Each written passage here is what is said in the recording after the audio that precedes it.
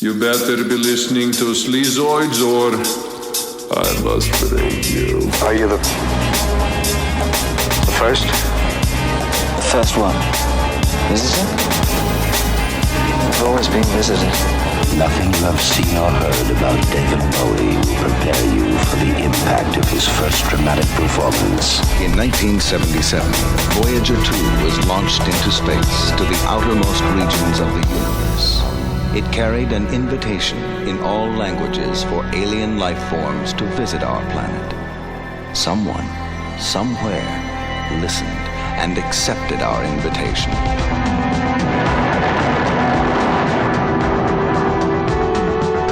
Get ready. Someone is coming. Hey everyone, welcome back to another episode of Sleazoids, the podcast where we go down the rabbit hole of 20th century genre fare from the most influential canon classics to the trashiest exploitation films we can get our hands on and invite you to tag along in helping us create a canon of sleaze.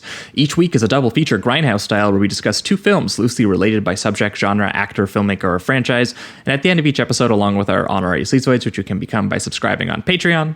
Next week, we're talking spooky cabin in the woods, evil spirits, and I think bodybuilders, I guess. So join the sleaze. That's right. It's going to be awesome. We decided on wild. We decided all the official ratings and rankings for every film that we cover as well. Patreon subscribers also get an on-air shout-out and 2 bonus episodes every single month, which we are in our 5th year of, but actually, I think we're in our 6th year now of bonus episodes. There's like 130, 140 plus, as well as our bonus transmission series where we talk about new release genre films, which we just dropped a big one on all of the franchises. John Wick, the Creeds, the Screams. So if you haven't made the jump yet, patreon.com/Sleazoids podcast. Definitely recommend doing that. And speaking of which, we did have a bunch of people make the jump this week we're going to give their shout outs to. We had Andrew Gaines shine up, John Stinger, Rick Tracy, Daisy Yu, Nolan Tuck, Dusan Vukubratovic, I am sorry, Vidant Goyle, Cliff, Sean Morrison, Real Bun E. Carlos, John Bizub, Caleb, Nico Sheen, Isaac Underhill, just buy blank. Okay, there you go. Right. Sign up for an entire year of the show. So thanks to just no name, anonymous, Nicholas Paziakos, Daniel LP, who signed up for an entire year of the show as well. Thanks so much to LP, Jake Haywood, Logan Giesman, Pat, and we are still going into April Hill, Alex Rose, Grant, Clevgard also signed up for a year of the show. The annual signups, they're getting popular. A little bit of a discounted rate for anyone who wants an entire year. Yeah. Ola Tunji Nuga, Bart Howe, and Jim Greco Jacket. So thanks so much to all of you folks. Hope you're enjoying all those bonus episodes. We appreciate the support. Yeah, thank you. That's the one plug for the week. The other plug, as always, is Apple Podcasts and Spotify. If you're listening to us on either one of those platforms, scroll down to the very bottom and give us a good old rating and review over there. It helps us climb the ranks and find new listeners, and we appreciate that support as well. And then the very last plug is merch. If you like the poster art that based out of Toronto horror artist Trevor Henderson did for the show, you can get that put on basically anything that you can think of. And you folks have thought of a lot of things. You've bought pens, pillows, hoodies, just posters and notebooks. You can find a link to that in the description of this episode, as well as over at sleazoidspodcast.com for anyone who's interested. But that is it for the intro. Welcome back to another week. As always, I am your host, Josh Lewis, and joining me also, as always, is my co-host, Jamie Miller. Welcome back, everybody. Welcome. I think 2 weeks ago would have been the last time you folks over on the main feed would have heard from us, and we would have had special first-time guest Sean Fennessy from the Big Picture podcast over at The Ringer on to discuss some 70s science fiction thrillers concerning artificial intelligence gone wrong with us, with a double feature of the Cold War paranoia of Joseph Sargent's Colossus, The Forbin Project, Project from 1970, and the bodily autonomy horror of Donald Cammell's Demon Seed from Real 1977. A really disturbing version of, literally what if HAL 9000 was a rapist, the movie. Yes. Directed by the guy who did White of the Eye. So, it's pretty wild. Yeah. Yeah, you kind of know what to expect with that one. And we had a very interesting time breaking down that era of science fiction with Sean Fennessy 2 weeks ago over on the main feed for anyone who hasn't heard it. But last week over on the Patreon exclusively for the patrons, we did a episode that I've been kind of wanting to do for a while because these were two movies that I kind of grew up with and were some of the earlier science fiction films that I saw. And they are both First Contact science fiction films where we get to meet our friendly space buddies in Robert Wise's Cold War Messiah parable, The Day the Earth Stood Still from 1951, not the remake directed by Scott Derrickson starring Keanu Reeves, where Gort is a giant CG monstrosity. No, this was back when you had Bernard Herrmann doing the theremin vibration effects and everything. Just a wonderful time. And a 7-foot-tall actor playing Gort. Back when just 7 feet tall men were in demand. They were like, we need a freak. Find them. Put them in our movie. And we paired that, of course, with Steven Spielberg's probably even more iconic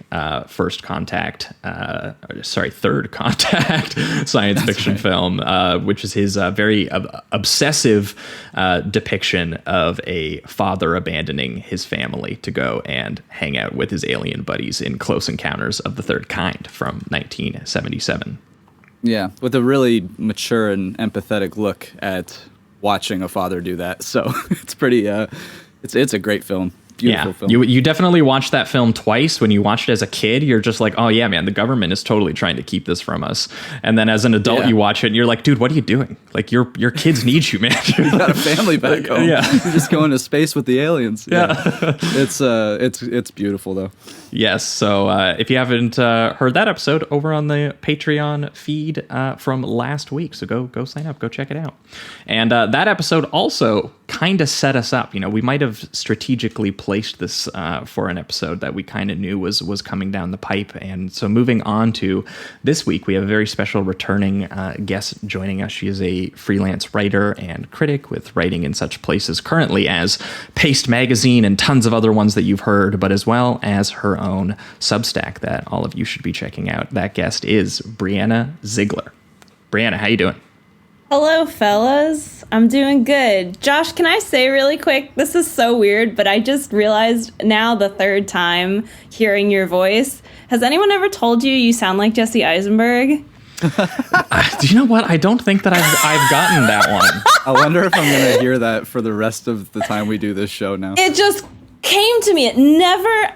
I feel like last time I've spoken sound to you, off. Is it Jesse Eisenberg? I feel like it's been ingestating in my subconscious somewhere, and then when you started the actual episode after our initial conversation before we record, I was like, oh fuck. So there you go. That's awesome. Sound off in the comments, everyone. No, when I was in high school, I got a lot of Andy Samberg, but that was just kind of the energy. What? Oh, that's weird. No, I don't hear that. No, and it maybe wasn't the voice. It might have just been the mop of Beatles style hair, you know. So nice. But Brianna, welcome back. It's been a little while since we've had you on. I think this is going to be our first time talking non-horror with you too. I feel like we usually have you on for the big horror episodes. What was the first episode I did with you guys? Because the last one was wait. No, it was Dracula and Daughters of Darkness was the last one. The first one was Event Horizon and In the Mouth of Madness. Yes. Yeah. Right. So we did have a little sci-fi in there, you know, because basically what I'm leading to is that you kind of choosing this episode, which is an episode I was very stoked about because I had seen one of the films and really liked it, and there was another one that had been on my watch list for like a million years that I just hadn't even just was kind of saving for a special moment.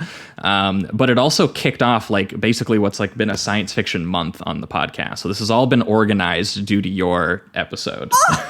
Oh my god, dude! And I came up with that idea totally. Like, I was so proud of coming up with that double feature. I had just watched Starman with JT on Halloween, and then I think like a very short amount of time after that, you asked me if I'd like to come back, or like what you had a while ago, but you followed up and were like, what would you want to do? And I was just like scrolling through your list on Letterboxd, and I don't even know if like anything particularly inspired me, but I was just like, oh my God, you haven't done either of these movies. They would be the perfect double feature. It was like God was speaking through me to do this. Yeah. So speaking of which, what are the films and why do they pair together? Even though I think it should be a little obvious, even just based on the title a little bit.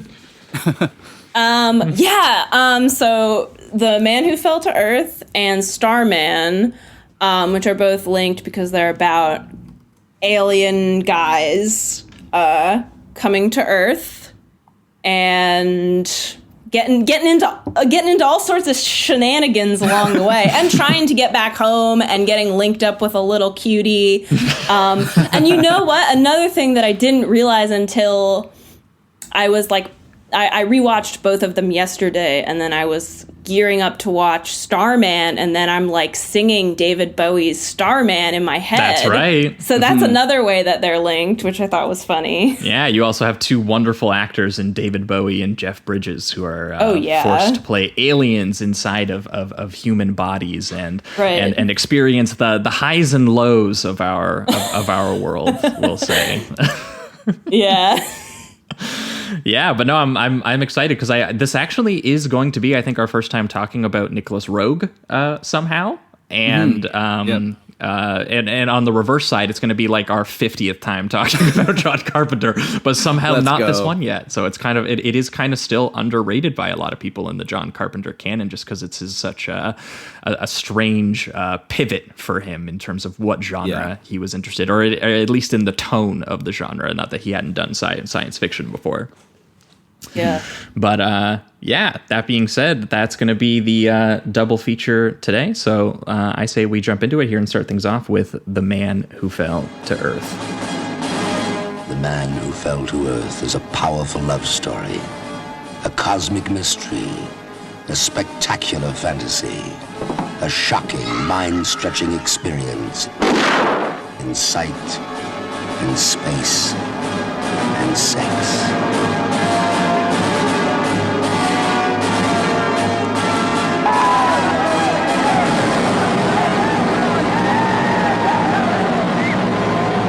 All right, we are talking The Man Who Fell to Earth, the 1976 British science fiction drama film directed by Nicholas Roeg and written by Paul Myersberg, who was adapting the 1963 novel of the same name by Walter Tevis, and of course, starring one Mr. David Bowie. And as I mentioned at the top of the show, this is our first time talking about the English filmmaker Nicholas Roeg, somehow, who got his career started actually as a cinematographer, which you might be able to tell by most of the films that he directed. They are very visually oriented. They are very gorgeous.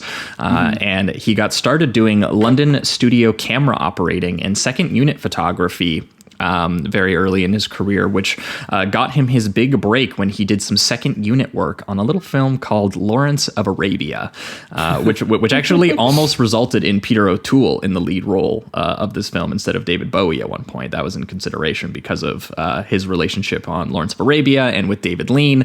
And David Lean, who was really impressed by his work on that film, actually gave him one of his first stabs at being a director of photography, doing his Dr. Zhivago film, though apparently they didn't get along very well and he was fired shortly thereafter. And he moved on to shooting films for Roger Corman, like The Mask of Red Death, Francois Truffaut, a partial star of Close Encounters of the Third Kind, connection there, and on his Fahrenheit 451 adaptation. And eventually gearing his way up to directing, which we briefly mentioned actually on our episode with Sean Fennessy, because he co-directed the 1970 psychedelic sexual gangster art film starring Mick Jagger, Performance, alongside the Demon Seed and White of the Eye director Donald Cammell, which basically kickstarted an iconic 70s run for him that included an Australian outback coming-of-age survival movie called Walkabout. Don't Look Now, it's probably most famous for people because it stars Julie Christie and Donald Sutherland, and very, largely considered one of the best horror films of the 70s, especially due to the, very atmospheric and fractured and fragmented approach to the style that he kind of established there. But which you kind of see in this too, which is cool. Yes. Yeah. Which obviously all pointed towards eventually in 1976, The Man Who Fell to Earth, starring David Bowie. And I can't remember, we must have talked about Bowie at some point on this show, I feel like. Yeah, we talked about him in The Hunger, I believe. Ah, yes. What a great film, too. Yeah, you know what? He's had such a cool career when you just like look back at it, you know? Like I never realized how many films he was in total. Merry Christmas, Mr. Lawrence, Labyrinth, Last Temptation of Christ, Twin Peaks Fire Walk with Me. Oh, yeah. Wait, Zoolander, he's in Last Temptation a of classic. Christ? Yeah, he is. I think he's he plays one of the Romans, I'm pretty sure. Maybe. Oh my God, I did not know that. Yeah. So, yeah, he's had a very interesting career, and I'm going to assume that most people are familiar, but I like to, just in case we happen to have someone out there, they might be out there. David Bowie, he's a bit of a legendary art rock singer-songwriter. You might have heard a couple of his songs at some point in your life, This movie came at the peak also of his glam rock era, with things specifically like Ziggy Stardust and Hunky Dory. Where he's essentially playing a rock and roll alien anyway, so it just works. It was literally songs about like being in space or on Mars or being a starman, as Brianna already pointed out, speaking of Carpenter's film. And he would have just been moving into his like Diamond Dogs and Station to Station and Low era as well. The latter two albums, actually, he would even use stills from shooting this film as the album covers for those. And so very, very creatively fruitful time for David Bowie, as well as the peak of his cocaine addiction, where he basically just completely lost himself into these alien characters that he invented and he costumed in, which is why I would argue he's maybe perfect for the role asked of him in this film, where he plays a Thomas Jerome Newton, an alien who, as the title goes, has come to Earth, but in this specific case, not to threaten us or abduct us like previous science fiction alien films you might have seen, but just in search of water to save his home planet. Yeah, but instead he also gets obsessed with just making that money, baby. Yeah. The money mindset hustle. He goes Howard Hughes mode a little bit, yeah. Yes. Stigma, baby. That's another way that Starman, reminded me another way that Starman and Man Who Fell to Earth are also similar, is how they're about, not like, they're alien visitation movies about like how humans would probably treat them. Like it's the other way around. Instead of aliens coming to attack us, it's like, actually, probably if aliens visited us, we would immediately try to imprison them and experiment on them. Yes. Yeah, absolutely. Yeah. But the first thing of note here for me is one, that this is just a kind of like drop dead gorgeous movie. This is shot by the cinematographer Anthony B. Richmond, who we've talked about before because of how gorgeously he shot Don't Look Now and Candyman, which is just one of like the best looking horror films ever. And we also talked about, bizarrely, how he basically exclusively shoots studio comedies now. Like he moved on to like Legally Blonde, John Tucker Must Die, Alvin and Chipmunks, The Squeakquel. I haven't seen that one. Maybe people can tell me if that's like secretly a gorgeous movie. Just a banger. Yeah. But no, this has like an incredibly hypnotic experimental quality to it. It has like a psychedelic art rock lyricism. It has like an erotic sensual quality to it as well. It's a very strange and uneven kind of film in a very deliberate way that gets you, in the space of someone who is an outsider in this world, basically like right off the start, even from like the opening images of, Bowie's British humanoid alien, crash landing into New Mexico, and these like really nice wide anamorphic imagery that, it's almost like this experimental light in the sky, and then all of a sudden it hits this like dusty, dirty desert road of like westerns or something like that. You even have like a shot of that government agent watching him walk down the highway, and like that huge vista shot. Yeah, it kind of establishes like the pacing and the editing style that's going to be put throughout the film. Like there's a lot of almost jarring cuts and strange fades even as he's crashing into the water. And even the way that time progresses in this becomes kind of strange, where because you don't see him really age ever, but other people do around him, I found it a little jarring in a cool way. I think it's kind of trying to channel how he would view time, being in this place where he's not aging as much and kind of remains youthful, where everyone else is like. Yeah, speaking of the hunger, he has a vampiric quality, right? Yeah, definitely. That's also an issue that those characters have to deal with. Yes, yeah. So I thought that was just kind of interesting. They don't do a lot of like, spoon-fed montages or anything to kind of get you into the pacing of how time is progressing throughout this, and some of the editing style really speaks to that, I think. Mm-hmm. For Brianna, what was your first experience with this one? Just out of curiosity.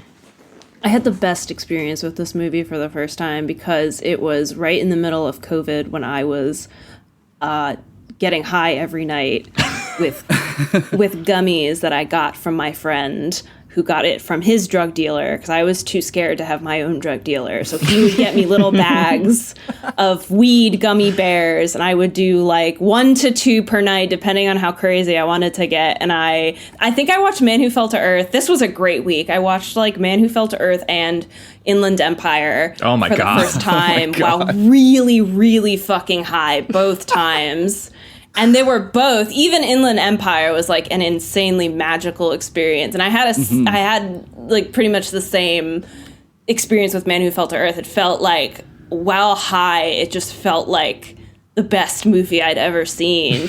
And I was so high to the point where when I started the movie yesterday, I was like, oh, I don't remember any of this. The only thing that was left with me was like the vibes.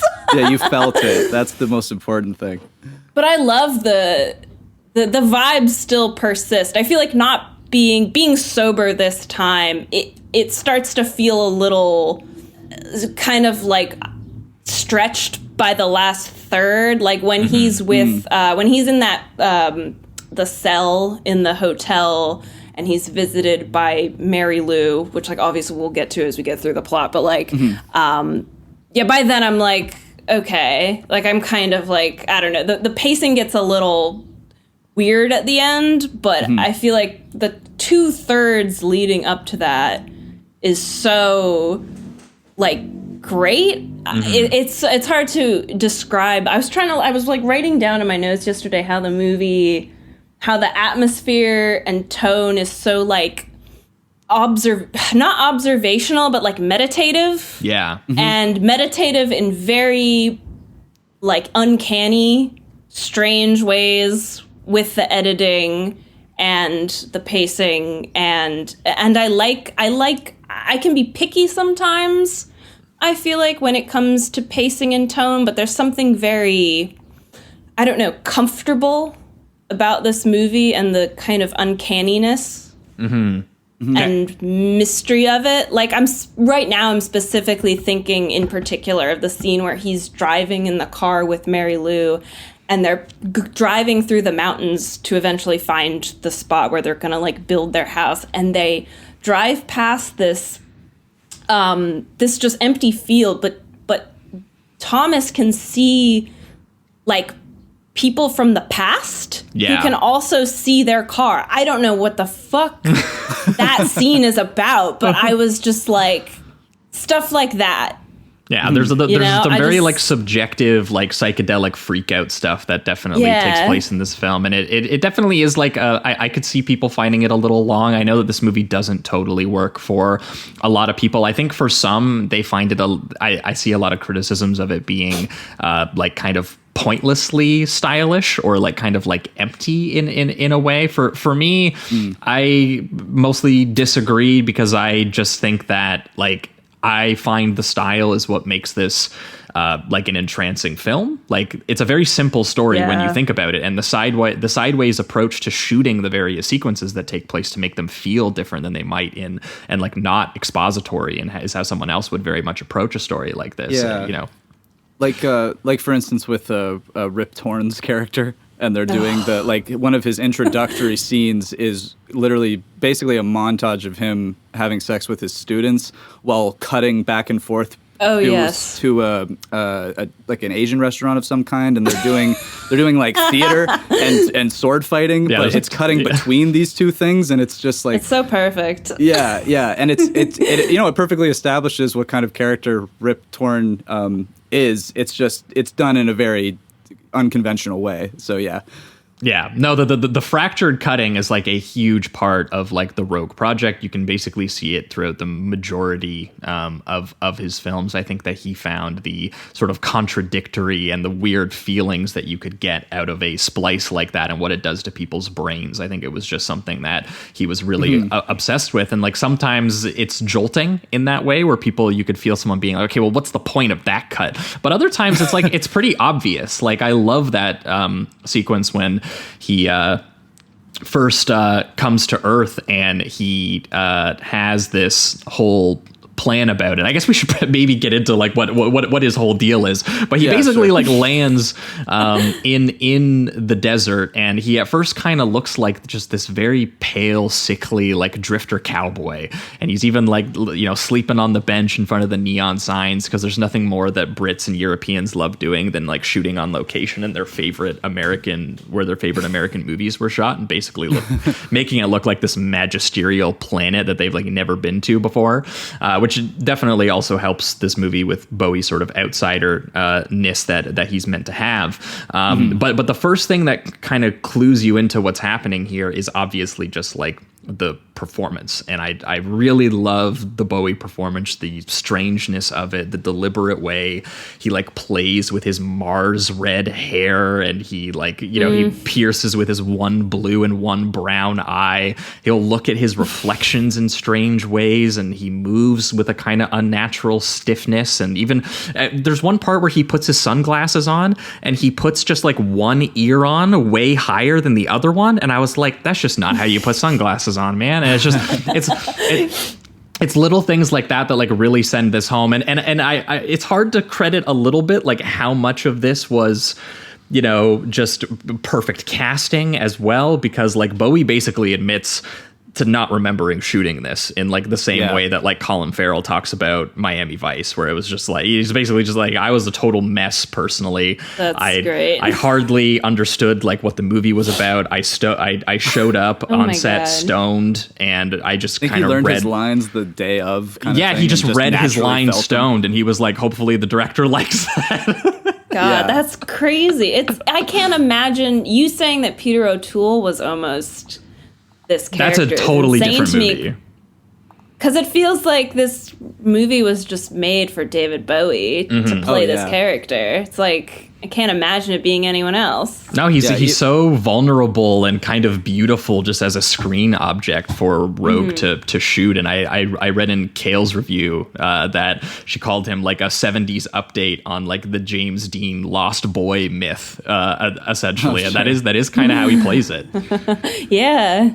Yeah, he also has kind of I guess it's more built into his character and the motivation that he has, at least initially, which is he does play him kind of, strange and confused, but also very focused, which was interesting because like when we get to Starman, for instance, Jeff Bridges has much more of that kind of lost in a place he's never been before, whereas Bowie's alien, as soon as he even steps onto ground, he's kind of like already walking towards something and has somewhat of a mission, even though we're not totally clear on it at first. Yeah, he definitely has a weirdness to him where you're like, dude, that man is chugging that water. Yeah. You're like, what's going on there? Which we eventually find out is because, his planet has suffered this terrible drought, and he has arrived on Earth with this plan where he is, basically going to become this very powerful, wealthy figure on Earth by hiring a patent lawyer and using his alien knowledge of technology to essentially give us all of these things, like give us fire, like Prometheus kind of type deal. But instead, he's going to be like a tech conglomerate guy and start a company called World Enterprises Corp, which sounds like something an alien would be like, yeah, that's what a human company is called. Or a Step Brothers Prestige worldwide. Right, yeah, like it's very funny. But it's specifically so that he can raise money to build a spaceship and send water back to his home planet. And I just love that like the way you figure this information out is via things like that fractured cutting. When again he goes and talks to that patent lawyer, And he's literally, he's like, here's all these patents. I want you to kind of take a look at them. And he starts, reading through them and going, and then it cuts to Bowie's face. And then it just starts superimposing images of the city skyscrapers over this meeting between them. Like, he doesn't even have time for this process. This is the boring part. The patent lawyer is like fucking stoked. He's like, dude, you have 6 patents. Like, this is insane. This is like the best day of your life. You're going to be like you're going to have $300 million coming your way. And he's just like, oh, only $300 million? And he's already picturing like the city skyscrapers that his company is in and everything like that. So it's the subjective editing really gets you into the headspace of this one track mind that this alien has that is going to be disrupted by being on Earth.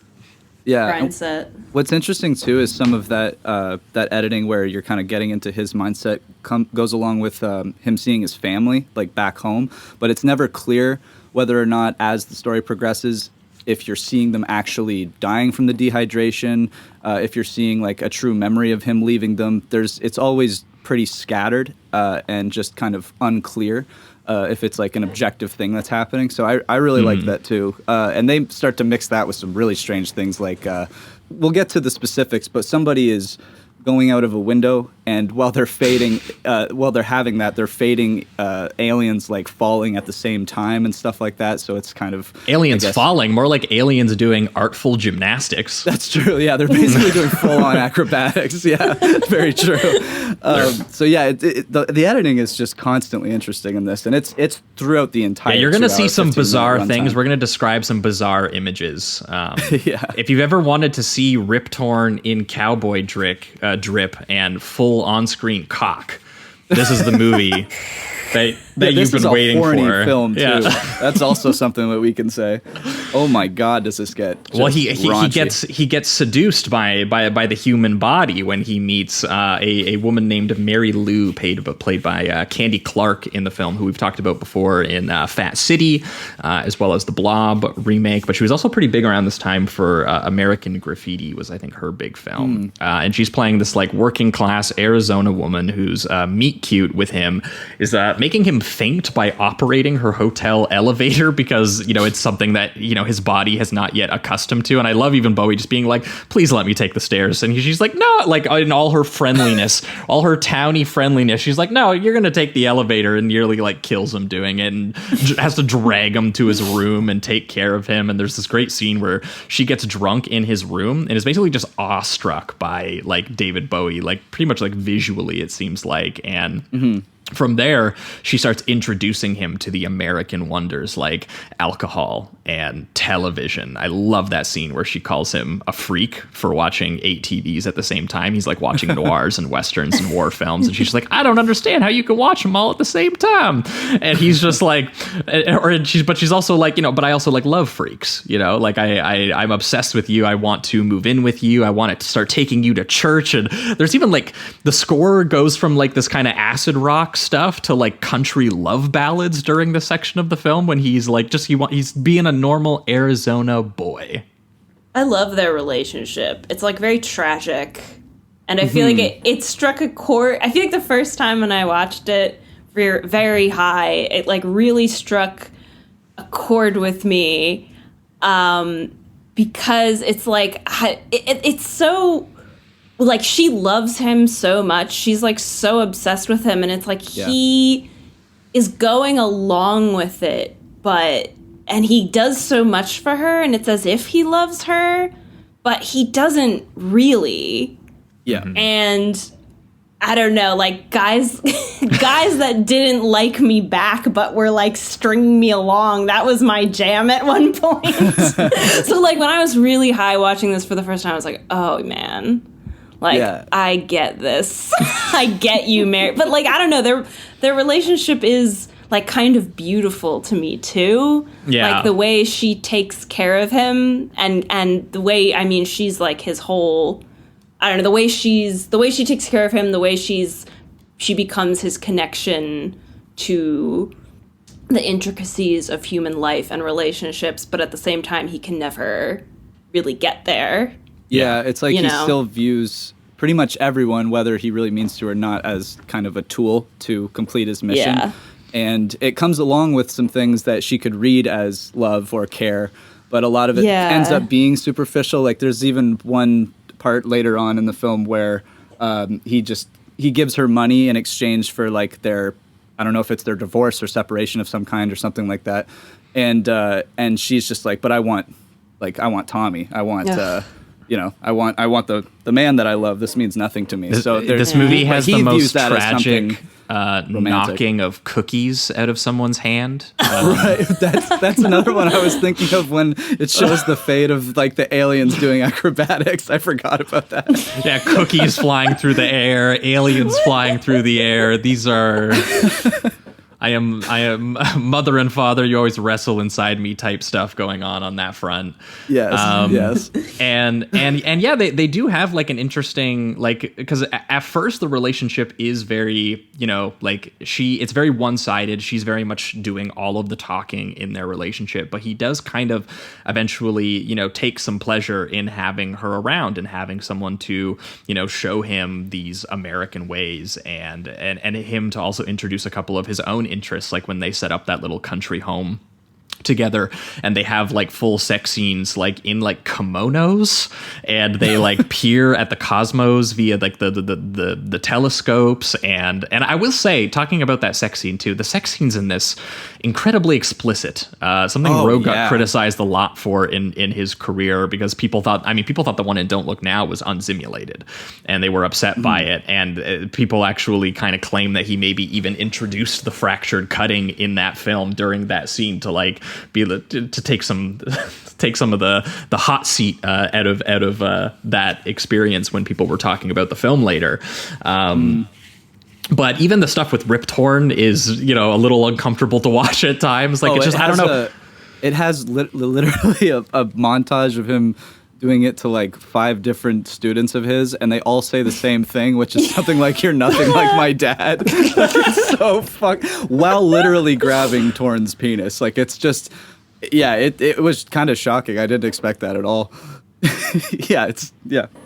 I don't know what else to say about that. Well, and like you also have, like he'll do like the repetitive cutting of it and stuff like that. So it's just he just constantly, you're just like you think you're in the middle of a different scene, and then all of a sudden you're in the middle of like a strangely, maybe even partially violent sex scene where like a woman is like trying to like take selfies on the like the self-developing film that David Bowie's character invented and is selling, because his tech company just like invents like a bunch of like entertainment products, I guess is sort of the idea. Like he helps develop technology for our cameras and for our music and for all kinds of different things like that. It's not actually like a lot of full on science projects until he starts getting into fuel for the spaceships.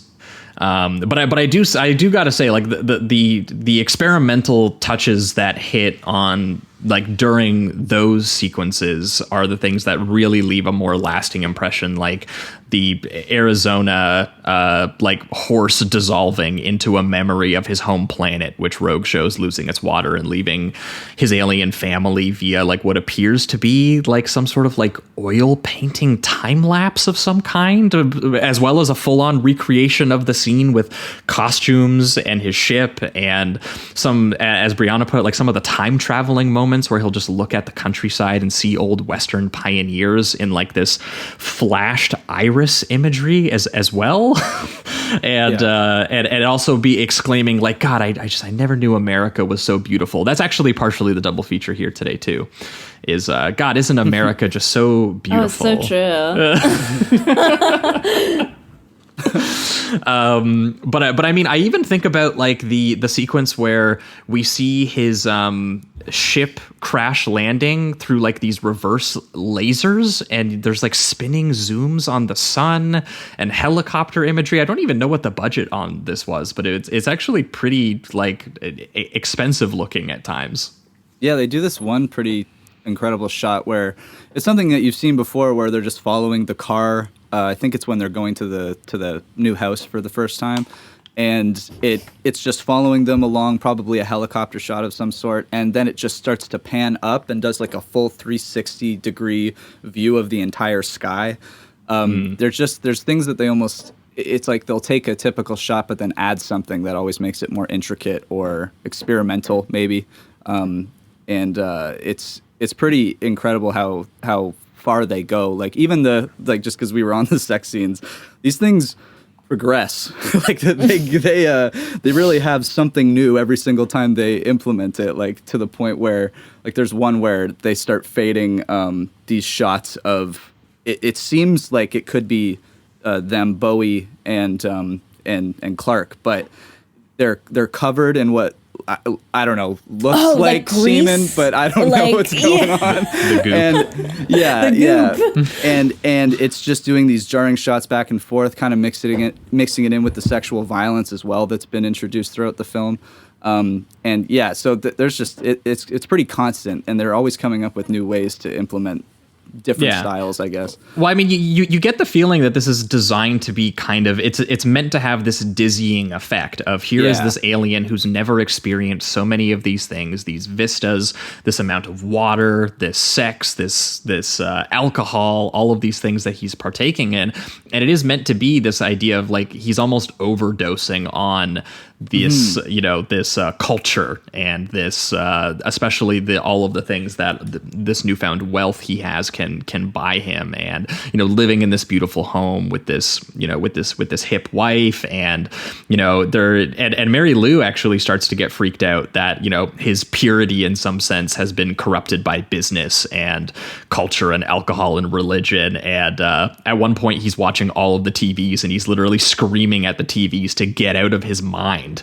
He's just like, and speaking of overdosing, him watching 10 screens at once, and it's definitely very much feels like what, he's being distracted from his mission by the actual just life in, 70s New Mexico, essentially, despite his efforts to he's definitely, you can sense the overwhelming feeling of the mission taking over, like in an image when he'll just stare at a lake, and he almost has what looks like some sort of fainting spell looking at the lake, and it's basically because he's imagining his family back home swimming in it. And he's imagining he's like, oh my God, look at all of this amazing water that I could take back home, which is how Rip Torn gets involved as well as the fuel technician for the spaceship project. And he's basically, takes him to a really cool base that almost looks like he has this sci-fi soundproof room with a glowing orb in the middle. I don't know what this room was, but it looked cool. I love that scene. It's so cool. The negative space composition of just how the background fits in and Bowie's head in there. It looks really awesome.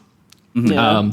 But also it creates the odd feelings that Rip Torn is this dude is weird, and not just in a wealthy, mysterious way, in an alien, kind of way. And I think at one point Bowie's even ask the question you've been wanting to ask.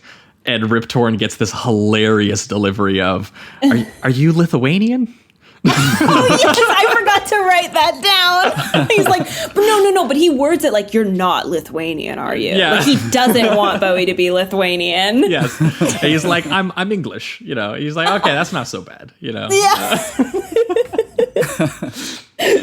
Yeah, and that scene's also home to my other favorite line in the movie, which is David Bowie talking about the strangeness of television, where it's it shows you everything about life on Earth, but the true mysteries of mankind kind of remain, and perhaps that's the nature of television, that it's just waves in space. And I listened to that, I was like, that's the vibe of the movie. It's just waves in space. You kind of have to just, I think on a first watch, the best way to do it is how Brianna did it. Just get stoned, go with the waves, feel just it. see, Let it wash over you. Yeah, it's the best.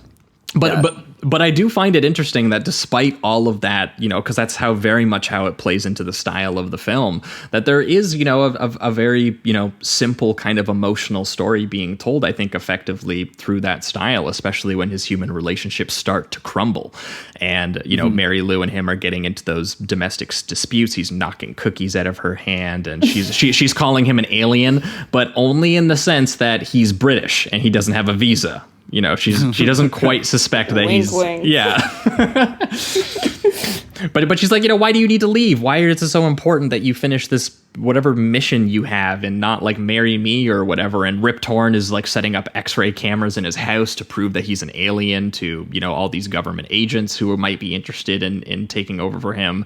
And eventually Bowie, just in order to cut it off with Mary Lou, this is an amazing scene, which I think is connected to that sex scene you were referring to, Jamie. That amazing scene where he reveals his, true form essentially, and he takes the tweezers and like in the mirrored reflection, like pulls his contacts out, and he just reveals his slimy, naked alien form and like cat-like yellow slits for eyes that he has, and that psychedelic montage of him revealing that and her stripping and like trying to make love to him anyway. She's like fondling his like goopy nub, and it's just nothing. And she's like, this is horrible.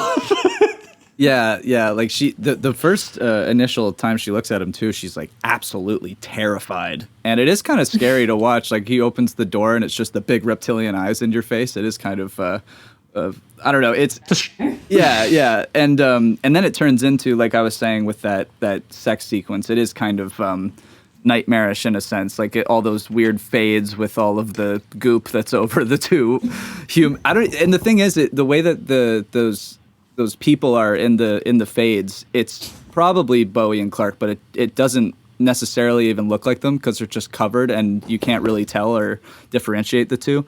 And she just gets terrified and has to stop. And then they do this cool shot in a kitchen where she's kind of cowering in a corner, and it gets all distorted. It reminded me of the shot in, it was a Schrader movie. It just came out like a couple years ago. It's when they're in the prison and they're torturing everybody. Yeah, the card counter. The card counter. Yeah, all those prison sequences. It has this like kind of widescreen stretch to it. If that makes sense. It's she's like cowering on the floor, and she's been stretched out to the edges of the frame almost.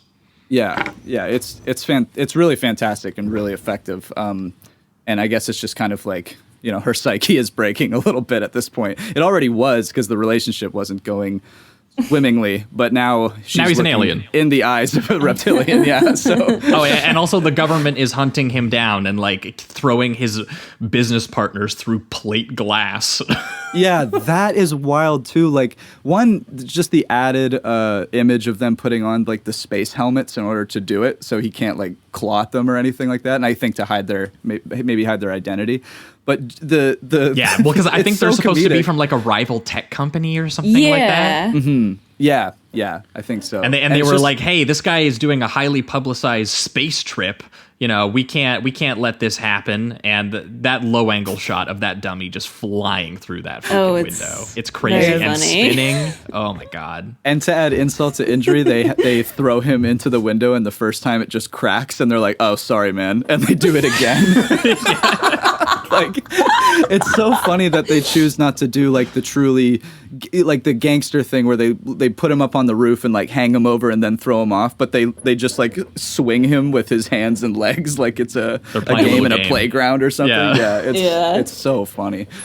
Yeah, I mean, it gets pretty horrifying in this section, because not only are they killing his business partners, they're also kidnapping him and like basically medically experimenting on him for what is implied to basically, it gets a little confusing, but like it's implied to be like years and almost decades of captivity, where basically everyone around him is aging while he is just subjected to this like never ending private sector like abuse and torture, minus the fact that he's allowed to have all of the American luxuries that his money can afford him, which is kind of like the worst thing that he could possibly have. So he basically just spends all day either, getting prodded and poked and, sort of put under a microscope, or they're like, yeah, you can just watch TV and like, drink a martini. The most luxury like prison of all time. Yeah. He's just surrounded by like prestigious art and like some really wild looking living rooms and stuff, but it's just,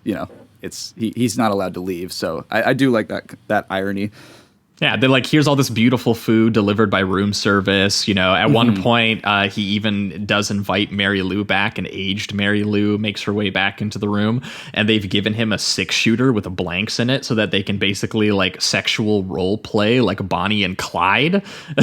Right. Yeah. I was like, he's truly an American now, It leads to another strange sex scene with like strobe lights and gunshots to signal like each cut and everything like that. Yeah. pretty nuts. Yeah, this section of the film is very, very dark and very tragic too, because she's trying to reignite this relationship between the two because basically the only thing that was separating them before was the mission, and now he's not going to do the mission because he's being forced to stay on Earth. They're not going to let him pursue it. Right. But what's so kind of crazy about that is that like that doesn't help him with his relationship to humans. It just makes him incredibly depressed. And so he just sits there. He's like, I have no connection to any of you. I don't care anymore. I've forgotten what my mission is, to the point where like one day the experiments are just over. His door is like unlocked and he just like walks out. There's like, yeah, we got nothing else that we can get out of you. And you don't even really know why you're here anymore anyway. So, you're kind of harmless. Go do whatever you want, Yeah, you got money. It'll be fine. I also love the image of them playing ping pong together when everything has just gone to shit. They don't even have love for each other anymore. And they're not even playing. They never start like a rally or anything. It's just like one ping pong after the other in this giant basket just wasting away over and over again. Yeah, I was wondering if that was a gag that he just like doesn't know how to play. Yeah, I feel like it is. I felt like the way they're doing it is just... It's just saying how little they fucking care at this point. Like they're arguing even while they're playing, and they just keep hitting it as hard as they can and to the other side of the room. Like there's nothing meaningful happening anymore. But I like the gag. I think it's very kind of funny. Yeah. But I did find this ending, as Brianna put it, like very, very tragic. This just whole section, like the slow decay of his relationship with Mary Lou, and all of her and Rip Torn like getting old, like right before his eyes and stuff like that, and like not Don't even they end up recognizing together them. Too? Yeah, Clark and Torn. They do. Yeah, and it's like it's strange because in the second half, you just see Torn kind of being like a normal scientist professor. He's interviewing Bowie, and I guess he is trying to expose him. So there is that. But he's technically the one who gets him kidnapped, presumably. Like right. Because he sets up those X-ray cameras to like shoot his alien brain, and show it to everyone. So and it's just a real shame to watch. To watch Mary Lou get with his character after you see the first 10 minutes of the introduction to his character, you're like, man, this was a sad story for Mary Lou. But you know what? They're having a nice little Christmas. Yeah, they got that. They got the liquor. They got the Christmas tree. It really made me want Christmas to come again. I was the vibes are really good in that scene. Oh yeah. It's funny. I feel like Starman and Man Who Fell to Earth both have like polar opposite like things to say about humanity. Like Man Who Fell to Earth is such a downer about like the corrupting nature of like, I don't know, American consumerism, capitalism, materialism, and then Starman's about like all the good things about being alive, being mortal, being a human on Earth, finding like connection again. Yeah. And this is definitely not that. Complete he basically opposite. leaves his family to die on that planet and just dehydrate into the. Well, yeah, like literally he overdoses on our world and all of the, sort of like pointless pleasures of it, I guess you could sort of argue. And he literally forgets what his mission was or how he could even complete it, even though he still has like all of this money. So he just spends the rest of his days in like a wealthy, drunken stupor without even the human relationships that he had formed while he had been on Earth that he kind of enjoyed, because he's broken them all. And the ending of the movie is just him hopelessly recording messages on vinyl in hopes that they maybe get broadcasted out into the world and back home somehow. To his wife, who we don't even know if they're alive. Yeah, which we find out that they don't end up going anywhere, because Rip Torn ends up like finding one in like a sale rack at like a record store, and he's just like, hey, this is how I found you, by the way. Like someone was like, this is cool alien music or whatever. yeah. And he just ends like completely alone and without even his own agency, because he's just so hammered. Like the waiter comes up and just goes, yes. No, you're cut off. Like even with all your money and your love for this alcohol at this point, you can't even have that. So, and then he just kind of falls asleep essentially. It's and that's it. yeah, That's it. Yeah, it's pretty sad. So bleak. Yeah. So yeah, maybe pivoting towards the reductive rating round. This one got a very solid 4 from me. Like the first time I watched it, I was definitely more just taken with kind of the images. I don't even know that I fully like understood the movie. I was just kind of like, wow, this has such a strange hypnotic vibe to it. Again, it has that sort of psychedelic lyrical kind of element to it, and not just in like a frustrating or hollow way that I think a lot of people sometimes get out of it. Like I found it genuinely kind of mysterious and mesmerizing at a certain point. And I think that, you know, Bowie and the way that they use his image is definitely a huge part of that. And yeah, I think that, you know, Rogue had a very interesting approach to, you know, every kind of genre that he did, but it was a pretty unique merging for him to do like basically a science fiction art movie about just this, you know, very beautiful, vulnerable alien who, in the process of trying to save his home planet from environmental doom and destruction, like a very deliberate purpose. And when he lands here, as Jamie put it, like he's focused. He's like, I know exactly how to manipulate their system to get all the way to the top and get the resources I need to do this thing. And the movie creates this dizzying atmosphere where all of a sudden we experience his overdose on money and culture and how corrupted he is by it. And yeah, just the fact that it then ends in such a drunken stupor that he forgets why he came to Earth in the first place is just like such a brutal, and simple idea. And I think so well handled by the fact that it's so stylishly experimental. I think you have a similar feeling where you're kind of like, you know where this movie starts and you know where it ends, and everything in the middle is kind of like this bizarre blur, you know. And again, great New Mexico location works in order to, that bring about this kind of outsider feeling, especially being made by all of these, sort of British filmmakers. And was weird to find out that Bowie didn't do any music for this, but I did think it was cool that they had John Phillips from the Mamas and the Papas kind of sub in to do much of the strange sort of sonic atmosphere of the film as well. I guess because Bowie was in just such a bizarre headspace that he couldn't even complete the soundtrack for the film. Although I think I read that he eventually said that the album Low, did event sessions from when he was working on the score for this ended up becoming that record. So that's kind of cool. Oh, that's sweet. Yeah, I would also give it a 4. I think I really like, this is my second Rogue film that I've seen. I've only seen Don't Look Now as the other one. And I do really like his style and the way he has these films edited. It can be very jarring at times, but it especially works with this, kind of getting lost yourself with David's alien character. Also, the score, although has like some classic sci-fi elements to it, it dives into a lot of weird things. Like there's country, there's jazz, there's even like during one of the sex scenes, there's like a jazz kind of score going on, but then it turns into something that I would recognize as like an almost inspirational sports track. It's very strange, but it somehow works. Like all these contradictions really work well within the film. So I thought it was really cool, and it's beautiful. Like it really is a beautifully shot movie, even with all of the strangeness that is incorporated with the editing. But and Candy Clark is awesome too.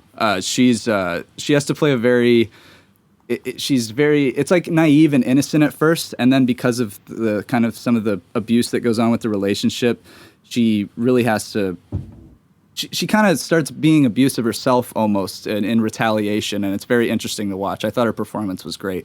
4 out of 5. Thought it was awesome. Yeah, for you, Brianna.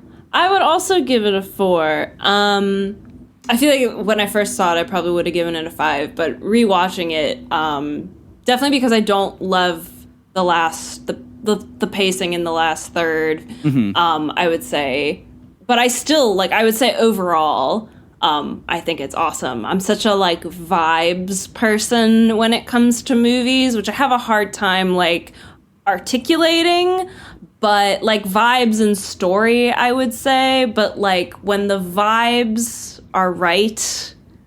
I sound so stupid, but this movie, the vibes are really right.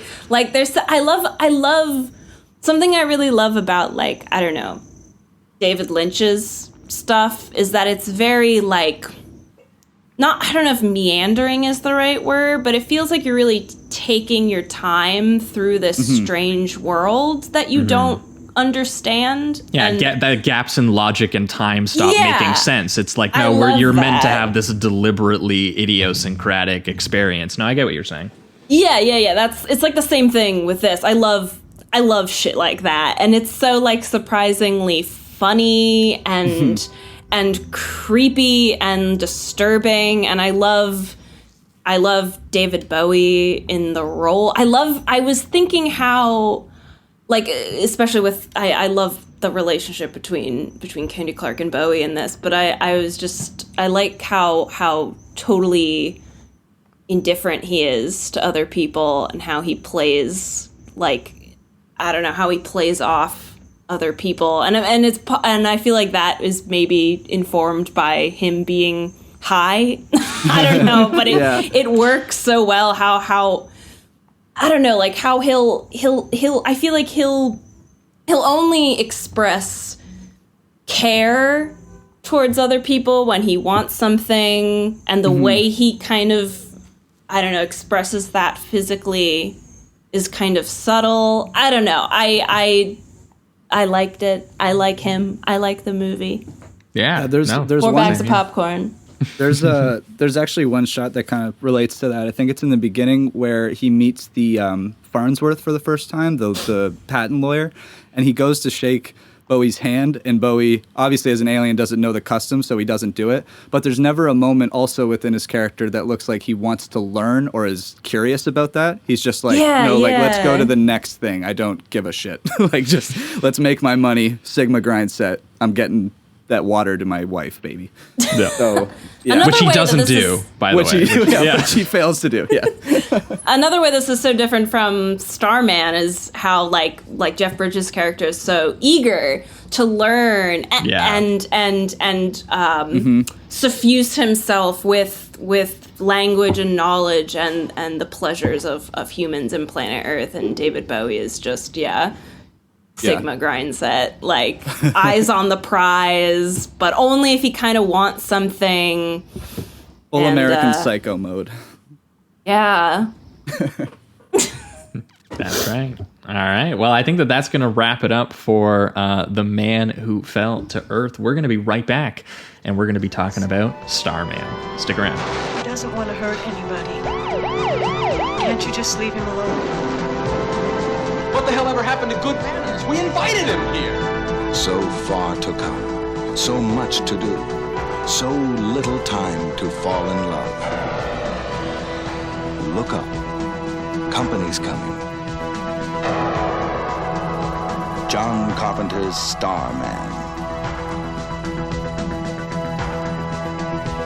All right, we are back, and we are talking Starman, the 1984 American science fiction romance drama directed by John Carpenter and written by no adaptation. This is probably the first science fiction that we've covered so far this month that hasn't been like an adaptation. It's an original screenplay by Bruce A. Evans and Ronald Gideon, as well as Dean Reisner, which we'll get into when we get into the specifics of what went down with this script, because it's actually a pretty fascinating story. But first things first, we are once again talking about Mr. John Carpenter. It's our 10th time talking about the man, probably putting him up there with like De Palma as one of the most covered directors on this show. We've done everything from his early breakout 70s genre films like Assault on Precinct 13 and Halloween, both of which had these like mind-blowing low budget visual ingenuity to them with the widescreen framing and the camera movement, and of course the moody synth soundtracks. But we've also talked about his follow-up string of iconic and all pretty fantastic horror films, from The Fog to The Thing to Christine, my personal favorite, Prince of Darkness, which I just find so surreal and scary in an almost like Italian horror way that I just always take to when I go back and rewatch that film. But in this era, he really got to experiment within horror as well. Like, he did everything from like Tales from the Crypt inspired sequences to gothic horror to body horror, science fiction, body snatcher horror, apocalyptic stuff. So it was definitely a very cool era for him, which is why it's going to be cool to kind of return to that one today. But obviously, of course, we've also done a little bit of his 90s era, like the James Woods Western horror, actioner vampires, and Let's go. the metafictional cosmic horror in The Mouth of Madness, which we actually talked about with Brianna just a few years back alongside Event Horizon. For anyone who hasn't heard that episode, go back, go check it out.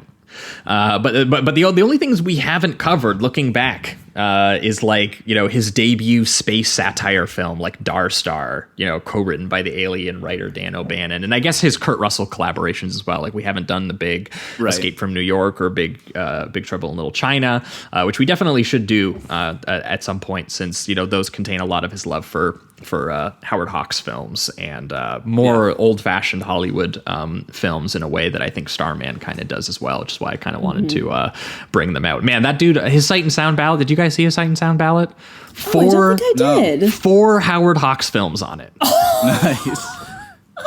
Probably the most of a single director I saw on anyone else's ballot. Oh my fucking God. That's awesome. The dude is just obsessed, which is why I'm very excited to do this one, where we are going to be going back to that 80s period for a brief detour in his career when, you know, he did get a little tired of everyone being like, dude, you're the spooky guy, you're the body horror guy, you know, and when you're not spooky, you know, you're going to do some dirty action stuff. Like that's these are kind of the boxes we're going to put you in. And he was like, I have a love of film.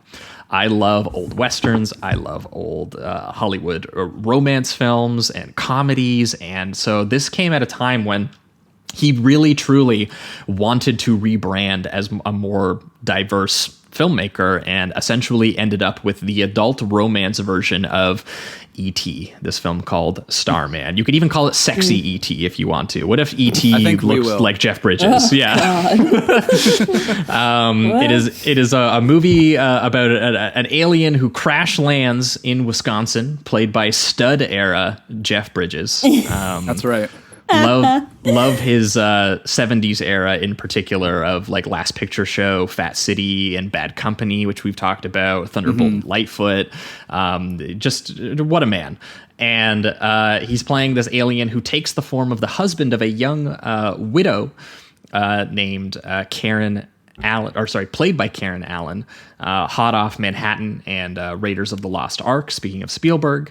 And she essentially gets asked to drive him from Wisconsin to Arizona so that he can get home with government agents and scientists hot on their trail to prevent that from happening. So if that sounds familiar, it's literally E.T. It's the same movie. Yeah. And this is why I wanted to bring up the sort of hot script drama that centered around this film, because this was actually in development at the same time and kind of before E.T. a little bit. A lot of people seem to be worried that it was too close. So. Yeah, well, this was the thing, is that actually, basically, they both scripts were available, and Columbia had just made Close Encounters of the Third Kind, which we had talked about, which made a lot of money for them and for Spielberg, and they liked this script so much, and they read it before they read the E.T. one, that they passed on E.T. because they said it's a little Disney-ish, you know, it's a little, you know, we're not sure we wanted to make that version. So they wanted to workshop this more mature version of the concept instead, a choice they very possibly regretted when the box office for E.T. came in and they still hadn't finished writing this film yet. And they went, oh my God.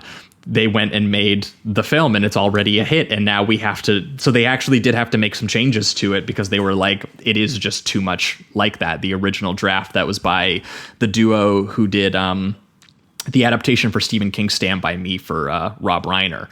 But as a result, Dean Reisner was brought in to actually do a major touch up on this script. And we've talked about him briefly because he's a major Eastwood collaborator. He did Dirty Harry, Das Boot, Play Misty for Me, Sudden Impact, Charlie Varick. Like, he did some Don Siegel films as well. Very accomplished screenwriter. And so he wrote this he did like 7 drafts on this screenplay or something, and somehow ended up uncredited, which he thinks is bullshit. He said something. I think there was a quote where he said, he's like, I did do 50% of it, but okay, something like that. He seemed real upset about that. Awesome. He's definitely a little upset about it. Well, and also he's probably was longer involved in the project than most of the directors, because this also changed directors like 10 times. Like Adrian Lyne almost made it, Tony Scott almost made it, Peter Hyams almost made it. Like every director had a different approach that they were offering in like what they wanted to do with it. And Carpenter eventually ended up winning out because he pitched to them a very romantic, not necessarily special effects heavy version of it, where he was like, I kind of want to do a bit of a road movie, which we could just shoot, in a car on location. Put me in a car with 2 actors. We're done. But also, he saw it as an opportunity to do, a little bit of a kidnapping thriller, a little bit of like an odd couple comedy where he could pull from Hollywood films. Like It Happened One Night is the big one that he always references because it's a screwball comedy about an at odds couple like falling in love on the road. You also have a little bit of the 39 Steps in there. And he was like, these are how I will distinguish it from E.T. And they totally bought it. Even though everyone else was like, we know you're kind of making a Spielberg movie. Karen Allen apparently on set kept calling it Close Encounters of the Fourth Kind because they fuck. That was the idea, I think. She was like, there you go. That's what that is. And I will say, this is Contact, fourth kind, fuck. That's awesome. Right.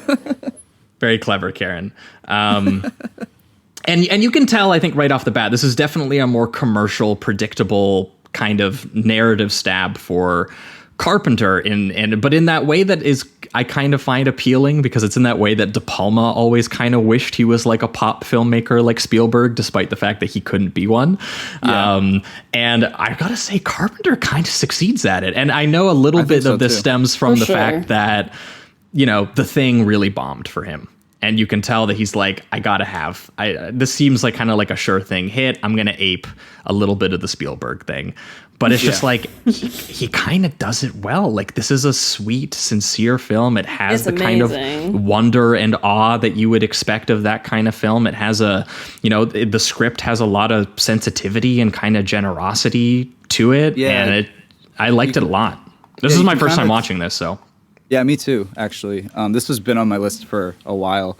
But you could tell his focus was really like the romance that he wanted to do, instead of like you said, the government stuff that I guess E.T. eventually dives more heavily into. Because even the stuff that they sprinkle throughout this film seems like they're just doing it to keep the plot moving and have a little bit of a push for them to feel like they have to go from location to location. Because often it's like they have their really great scenes together where they're learning something about one another, whatever it is, whatever progress they're making, and then immediately after it shows one of the scientists or an agent of the government going to that location, discovering exactly what we already know as an audience member, and then moving back to the romantic stuff, and that's where most of the focus lies. So I could just tell that that's where he wanted to really hone in on compared to the other stuff.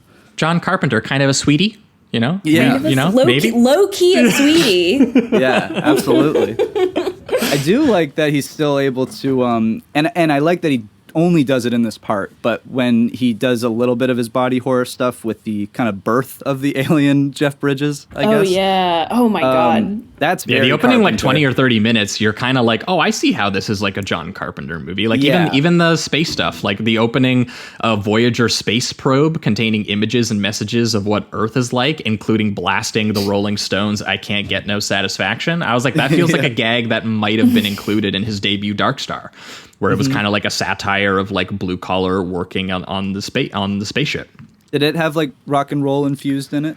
Well? There was a tiny bit of that element. Like all the dudes on that ship look like guys who they should have been at Woodstock, Okay, gotcha. Yeah, because even at the beginning of this movie, it has like the stars and the radio announcer announcing that they're sending off that package to space for the message that they're sending off, and they have like science fiction kind of, I don't know if it would be necessarily score, but kind of sound effects, and then it fades into the Rolling Stones song, which I thought was Well, yeah, because literally as it like goes by the camera, it like travels by that like this Voyager probe is landing on an alien planet. Presumably it is an invitation to aliens to respond to us, to say hi, to say what's up. Look at all these Earth images. Look at all these things. It's a very friendly, it's a very friendly version of alien contact, and us actually inviting them rather than the reverse of them just kind of showing up. Because Jeff Bridges eventually, his whole deal is that he is an alien who does respond, and he's not really Jeff Bridges. He's a glowing blue orb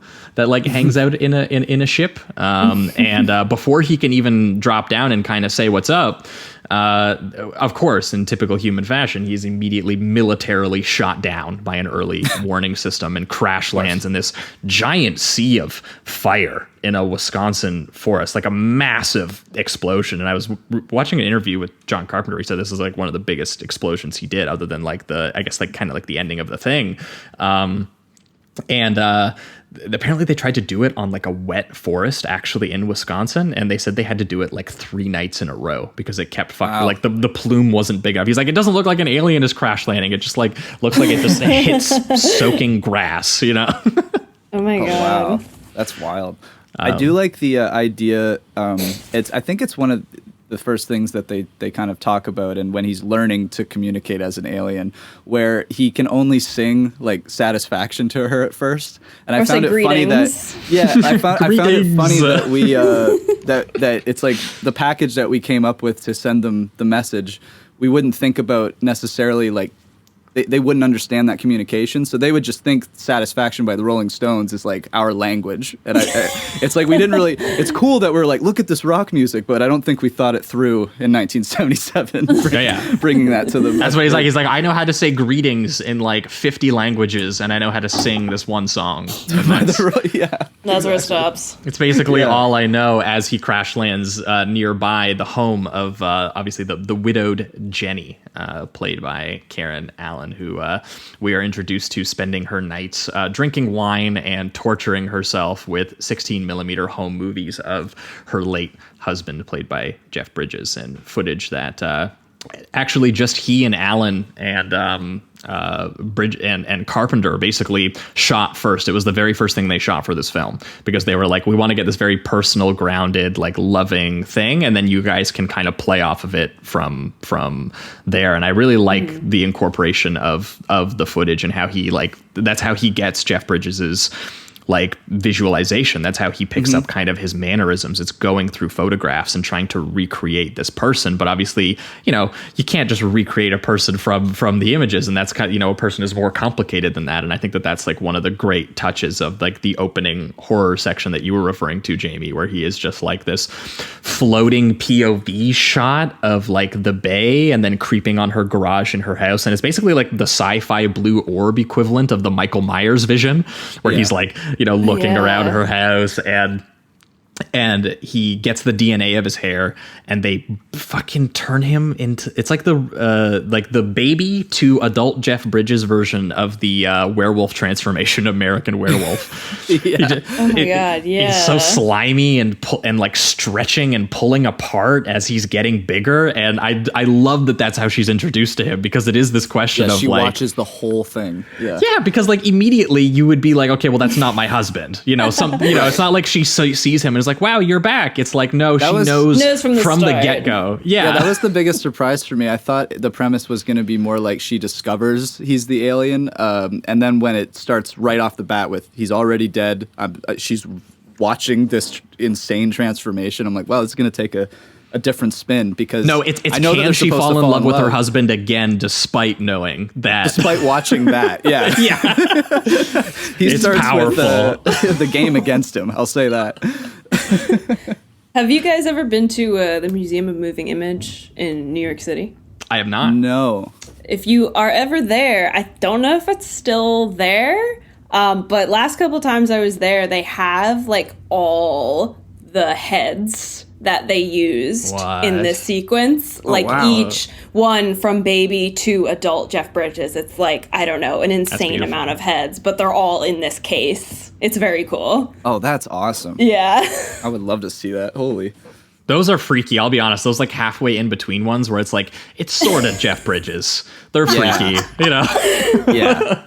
Yeah, it gets really strange. They even do this weird thing where it looks like his head's kind of looking directly into the camera, and it does like a neck stretch of sorts as he's getting older. Yeah. It's pretty wild, and you don't see anything really like it for the rest of the film, and I like that aspect of it, because then he just starts to focus on the romantic qualities more so. No, Jeff Bridges really fast he's kind of like the Terminator. Like he's just doing like the naked. It's like when Arnold first lands in, and he's just walking around naked, and she knows, that it's not real, and like this is a body snatchers-esque thing that's taking place here. And one of the first things he does, is try like all of the different languages that he knows to speak to her, and it basically just makes her go like, "That's not my husband. This is freaking me out." She like passes out, and the image of him has so much weight though that it does disarm her. Like she has a gun and she can't shoot him, despite the fact that she knows that this is like a monster right in front of her, which is like a really cool dynamic that sets off between them, especially as the alien, starts watching the footage of Jeff Bridges and is like, starts making all of the faces and jokes to try to like behave like him. And, him learning how to be silly is adorable. And it's fun to watch Jeff Bridges kind of, because he doesn't want to do it full Jeff Bridges, obviously. He's playing this alien version. So he kind of does like a diet version of it, but it just leads to almost more silliness. So I really like the performance. Also, movie Jeff Bridges showing alien Jeff Bridges how to shoot a gun. That was kind of cool. Yeah, he goes like straight action mode for a while. He even does like a precise shot and then flips the gun in his hand and grabs it again. Oh yeah, kind of cool. Yeah, well, Bridges. Oh no, sorry. No, go ahead. I was just gonna say Jeff Bridges' whole like his physical performance in this is insane. It's spectacular. So fucking good. The way he is like, the way he's kind of robotic, but not quite. And the way he moves, like there is a thing he does with his mouth where he'll say something in that like robotic kind of way, and then his mouth kind of moves like a little bit again, as if like he kind of didn't realize he shouldn't keep going, but there are no words coming out. Like just this little kind of glitch. Yeah. It's just like a very like to have to perform like that for a whole movie. It's like. It's incredible. No, he's awesome. He's doing like the little baby animalish type behavior where he has this very clumsy understanding of language and of obviously all these interactions that he's getting into. He's doing these like jerky ticks and odd smiles and has these like strangely delayed reaction to things. Totally. Yes. Yeah. Well, and I read that he said that he modeled the performance on birds. He was like that he was like the head tilts that he'll do and all of that. Yeah, like all of those head tilts, because he was like he wanted it to appear inhuman and like primal, but like not in like a scary way. And he was like he thinks that birds are kind of friendly. He likes watching birds. He was like so he's like if you watch this man do it, it definitely has like this creepy inhuman vibe to it, but also in kind of an innocent way as well. So like it's like a very cute like way of describing that, as well as I think he said too that he had recently become a father around the time that he was shooting this, and he said that it was cool because he got to see like all of these little creatures figuring out the basic building blocks of life for the first time as well. And he was basically like, birds and children. That was like this entire performance came from. And actually, it was such like an amazing performance that he ended up getting a stealth out of nowhere Oscar nomination for it. It's John Carpenter's only Oscar nomination. Whoa! It's so crazy that something, because I think it's an awesome performance, but I'm just shocked that this is something the Academy picked up on. Like it's such a weird one. It has to have just been critical acclaim. Like everyone who wrote about the movie when it came out was like, Jeff Bridges, watch the movie. Like Yeah, it's wild. Like he does even these subtle things, but as he progressively gets better at communicating, he'll say something and then have almost a smirk to himself, like he's picking up on it and he's proud of himself as an alien. It's adorable. It's great. Yeah.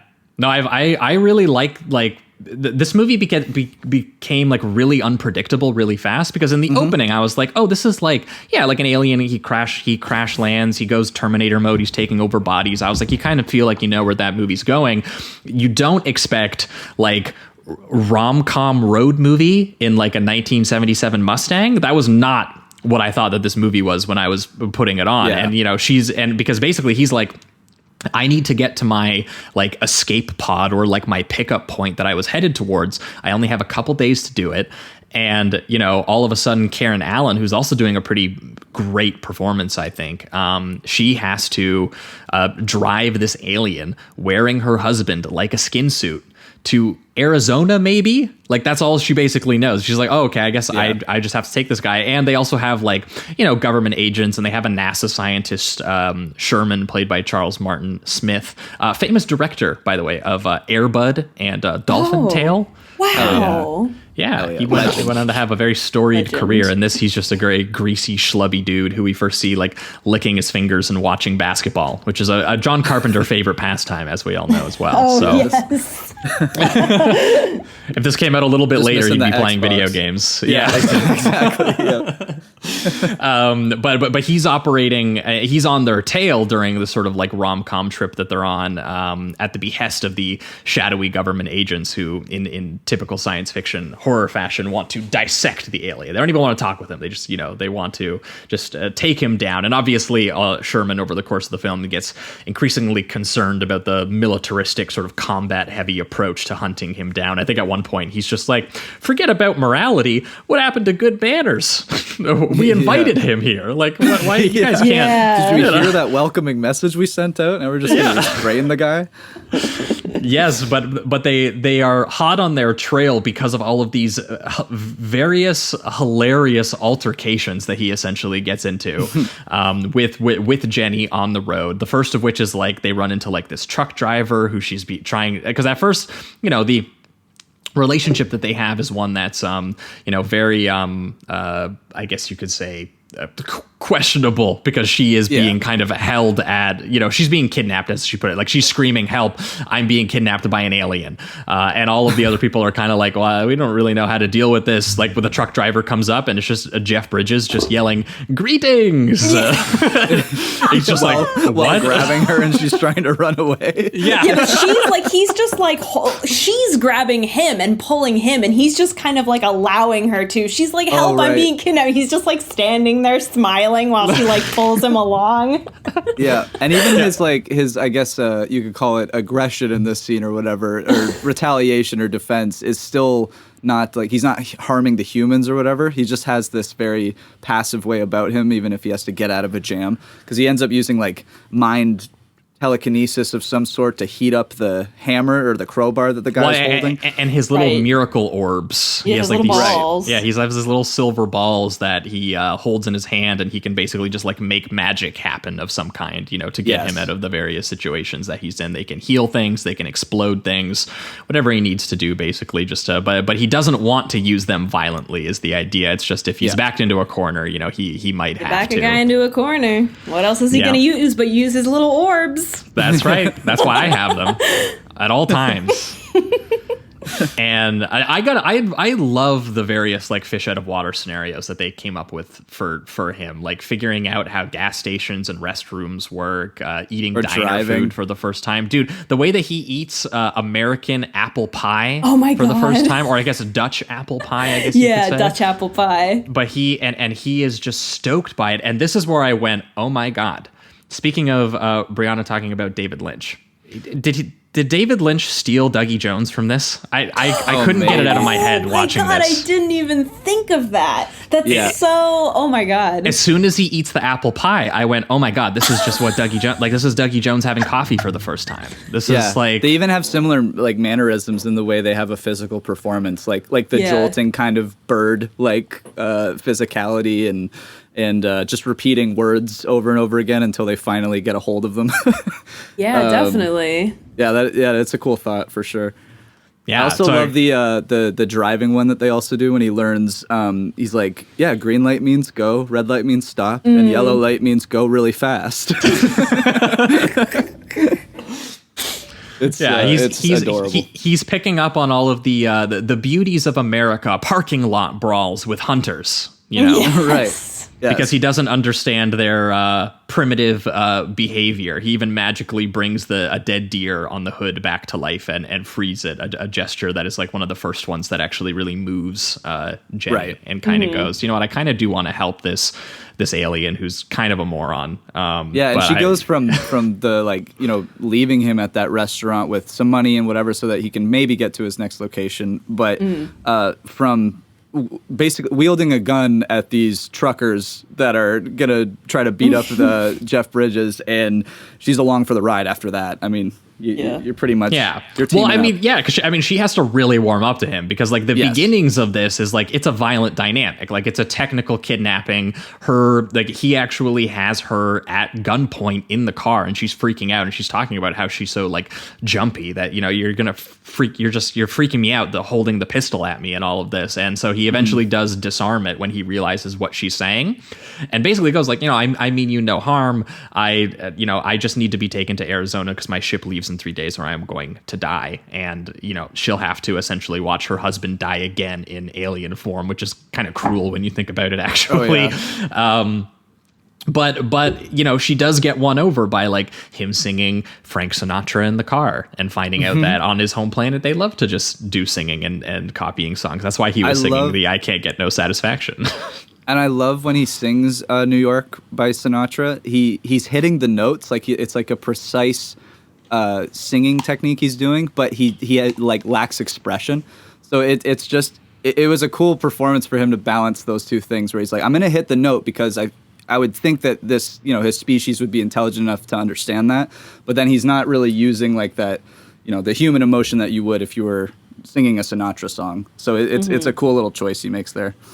Well, and the nice little conversations they have too, where he's constantly asking questions. I love how many times he's like, she says a word and he doesn't understand it, and he always asks her for like the definition of it. She's just like, and she has to pull out like all of the different, thesaurus. So she's like, here's all the other versions of it. But one of the best ones is when she finally, she the picture of her husband like comes out of her wallet, and he eventually does kind of have to go like, define love to me. And she's like, it's when you care for someone else more than you do for yourself. It's when someone is a part of you, and when they die and she gets cut off. And it's just like this this moment where he kind of finally realizes what he's done by bringing this form back to her so that she can see it. And ultimately the idea is that it's turning all of this stuff that's pain and horror for her, and it's giving her a kind of second chance to turn it, to have some catharsis with it, to turn it into a experience love for a second time, and also to give this alien like this talk about the man who fell to earth, give this alien the American experience as well at the same time. Just cross country road trips, Hal Needham style, beautiful, rich, textured look to the whole thing, very much of a piece with like his Fog in the Thing era, like red flannel, cowboy boots, highway driving kind of vibe. This alien's living it for the few days that he gets to drive across the country. Yeah, one of my favorite little moments, it's just kind of a cute moment, is when he wants to eat the apple pie first, and she's like, no, that's dessert. Yeah. And he's just like, why? Like he does, she's like, that's just how it is. This is how it is. And you can just tell he's kind of frustrated almost. He's like, this is ridiculous. I just he just goes back to it, and she's just like, yeah, you know what, fair enough. Like, why? Let him. Yeah, never really questioned it before. You're changing the game here. Yeah, well, and I love too that it's like it takes simplistic, like almost children's movie sentiments and jokes like that on paper, but it really does handle them with this real like romantic delicacy to it, of just like the mood of it, and to the the actual sensitivity of the two performances, the way that she like gazes at him sometimes. Like she really just forgets for moments that he's an alien, and it's like she just constantly sees her husband. Yeah, I mean, at a certain point, she begins to like actually get comfortable with him, right? I love that part when they're staying at the motel, and she almost strips in front of him without thinking. Right. And it's this one, and she realizes what she's doing before she takes her shirt off, and she's just kind of like, "Oh, that was weird. I felt like briefly while I was talking to you, I felt like my husband was just back in the room with me," and he recognizes that. And starts to think about her romantically by watching, in Carpenter fashion, watching Burt Lancaster and Deborah Kerr do the beach kiss in From Here to Eternity. And you could see him being like, oh, this is what romance is. Look at Burt Lancaster. Look at her. Look at him kiss her. Wow. And I don't know. I just found little details like this to just be very endearing and moving in their performances. Yeah. I also... I like that because with Bowie's Alien in The Man Who Fell to Earth, there's like an obvious coldness to him, and I like that with this. They kind of have him connect with the human body that he's in. Like he mentioned something saying like anything this body feels, I feel. So it kind of, I think, speaks to him just actually fusing with the way of life and the body itself, and maybe even the romance and love that he eventually feels for Alan. So yeah, I thought that was a really sincere and nice scene. I also feel like this movie is like, I mean, to be fair, I have not seen, I've seen quite a few Spielberg movies, but like not most of them, I would say. But I feel like this movie was, for a movie that is so, Spielberg-esque in that kind of way, it's like, it felt shockingly tragic and like devastating to me. Like the idea of losing like someone, like losing your partner, your romantic partner, and then their body is brought back, but it's not them, and it will never be them. Like, just being reminded of that. Like, she does eventually, but then it's even more tragic when she does love this new person who's in her old lover's body, and he has to leave. But I don't know, I just felt like it was just this, like when they're in the restaurant, I think she starts talking, there's something they're talking about in the restaurant. She talks about her honeymoon at one point, and then maybe it's in the restaurant where she talks about love. Yeah. And yeah, I don't know. It's just so devastating to me. Yeah, even with all of the, like, because the majority of the film still is wrapped up in its kind of romance and sincerity and cuteness, I guess you could say. But the whole situation, what she is going through that whole time, is really devastating. Like, even, there's moments of levity when she's reminded of her husband through him, and but even that, you would, if you're trying to just think through her process, that would eventually lead to sadness too, because it'd be like, oh, I'm seeing my husband, and then instantly you'd remember, but it's an alien. Right. So there's probably just this back and forth. As soon as they get into the highway chases on like the wet, like nighttime highways and everything like that, and they're, it's just kind of like, oh yeah, the government is chasing us because I'm in a car with an alien. Right. But then it is so sweet when she starts to love this new thing in a different way. And like, obviously it's facilitated by the fact that it looks like her husband. Like, it wouldn't be able to work if it didn't look like him. But there is a sweetness in having this new experience with something she used to love, getting a weird kind of closure. And like, she definitely still acknowledges that it is different in some way. Like, which is interesting, because like the section of the film where they are like fully on the run together, I think like they eventually have to start hitchhiking, because I think they're in order to save her, because like cops just like at one point shotgun her. Oh yeah, he has to use one basically of the, and it's really brutal moment where she basically like dies, and he has to use one of the orbs to heal her and bring her back, and survive the explosion that they do when he just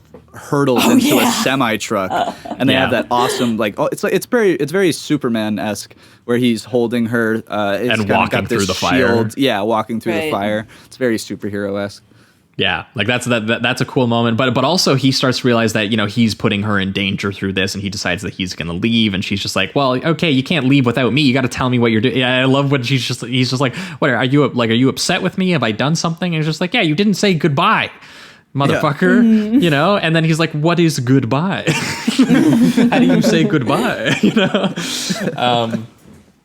And this is probably the most like overtly sort of like romantic section of the film, where she is, she's upset with that, because she is genuinely starting to kind of fall for him during this sort of, cross country hitchhiking that they're doing through basically like Monument Valley, John Ford style. And she talks about this idea that she always wanted a baby with Scott, but she couldn't have a baby. And Jeff Bridges being like, I know how reproduction works, and of course there's a scene where they get all soaked in the rain, and they're in a train boxcar together, making eyes at each other, and bam, they are having sex. And as he puts it, he is giving her a baby. and solidifying also the Terminator qualities that I was talking about earlier with Jeff Bridges, because I was like. Friend of the pod, Doc, had a very funny review about this point where he was like, James Cameron and John Carpenter both knew what women really want: to be non-violently kidnapped by an extremely autistic armed man who impregnates you after having sex exactly once. Because it's the exact same sex scene from Terminator practically, which came out the same year. So which is kind of crazy. It's a much gentler film. Conceptualize overall. this at the same time. Yeah. Oh my God. But it also leads to a really beautiful moment where he wakes up like after sex and he has this stupid grin on his face. And at first you think it might just be like kind of like a gag because he's like he just had sex for the first time. He's an alien. He's having a great time. But there is an element baked into it too where he is like, like I used one of the orbs or whatever. Like I created a miracle. Like you have that baby that you wanted, and it is your husband's, and it is also mine in a way, but it is biologically your husband's. And he's telling her that it's going to grow up to be a teacher. It's going to be like this great thing. And also, I will say it's nice. He also gives her the option that if she doesn't want it, he will abort it as well, which is like a detail I wasn't expecting the movie to include. I was like, oh, this is just how like she just naturally go with it right away. Yeah. But no, he does. He's just like, this is an amazing thing that you told me that you wanted. And if these aren't the circumstances or it's too weird, I get it, because it's also an alien child. But if you want to have a baby and it is your dead husband will technically be the father, this is your chance to do it. And she's like totally stoked about that. And she even is like, where is my baby's father like going to be from or whatever? And he has to like look at all of the various stars. And he's like, oh, that one. Or I think he even makes a mistake. Yeah, he makes a mistake at first. He's like, that one. Oh wait, no, I'm sorry. It's more to the left. Yeah, like she actually asks questions and wants to know about, him as a person, the alien, which is like such a not just the husband proxy intriguing detail. Yeah. I also this is a little bit of a side thing, but just it's how he treats her, I guess, is the connection. Is I love how he constantly and so innocently says her like full name when like there's one great Jenny part where Hayden. they get separated. Jenny Hayden. And he's just like they finally get together again, and he's just like, it's nice to see you, Jenny Hayden. And there's something about it that's so unbelievably adorable and loving and sincere that I had to mention it. It's great. Jeff Bridges has like a very sweet face. He's got like the perfect face for this character. It's so like warm and like, I don't know, teddy bearish. Yeah, totally. Yeah, well, and Jeff Bridges too. Also, just kind of like he's got like that warm personality to him. I was watching there was this adorable and hilarious moment included because Shout Factory did a really nice Blu-ray for this film a few years back, and I finally got a chance to watch it because I had bought it with the intention of watching it. I just hadn't done it yet, so I watched the interviews that they shot for that as well. And there's this amazing part where Bridges and Carpenter are both being interviewed, and Bridges really praises the line in the film, which we'll get to here in a second, where about how humans are at our best, or or at least we try to be at our best when things are at their worst. And Bridges was like, I really believe that. Like we sometimes we need a good shake and we'll rise to the occasion, but people can be good. And like and it immediately cuts to Carpenter, who's like, yeah, I didn't really believe that, but like just look at the world. But it was a positive note, and it was a positive movie, and I had enough of the darkness for a bit, and I kind of wanted to believe it, Yeah. I like that. I like that. It's like, I wanted to believe it, so I made this film to try so I can watch it and convince myself. Yeah, so Bridges just kind of has that energy. Like he really does kind of buy into the goodness of this character and of this alien and of experiencing all of this, beauty. I mean, even when they stop in Vegas, which you would think would be like a totally harrowing section of the film where he just gets like assaulted in Vegas or something, or he gets attracted to the glamour or something. But instead it's literally, once again, I'm side-eyeing David Lynch a little bit. No, I was just about, as soon as you started bringing it up, I was like, Mr. Jackpots. Mr. Jackpots. Literally, Bridges goes Dougie Jones mode, and he starts winning jackpot after jackpot so that they can rent a car and get back on the road. Yeah. David Lynch, Starman head. Yeah. Yeah, absolutely.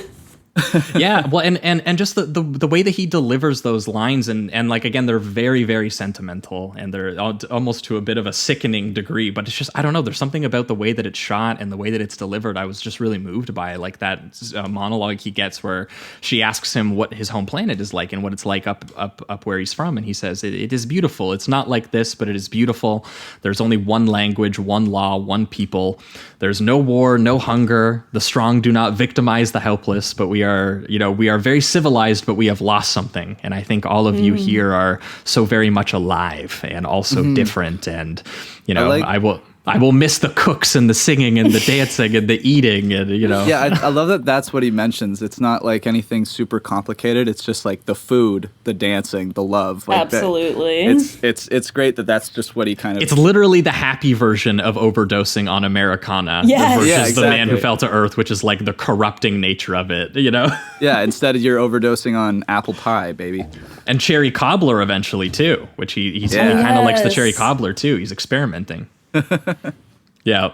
Well, and it all leads to this big finale where the government and the scientists have all, they're hunting him down, and Sherman eventually does get to him, and he's like, these guys are going to capture you. They're going to medically experiment on you, even though, for the most part, I guess you're just kind of afraid. I think at one point he's just like, are you here to study us? Like, I have so many questions for you.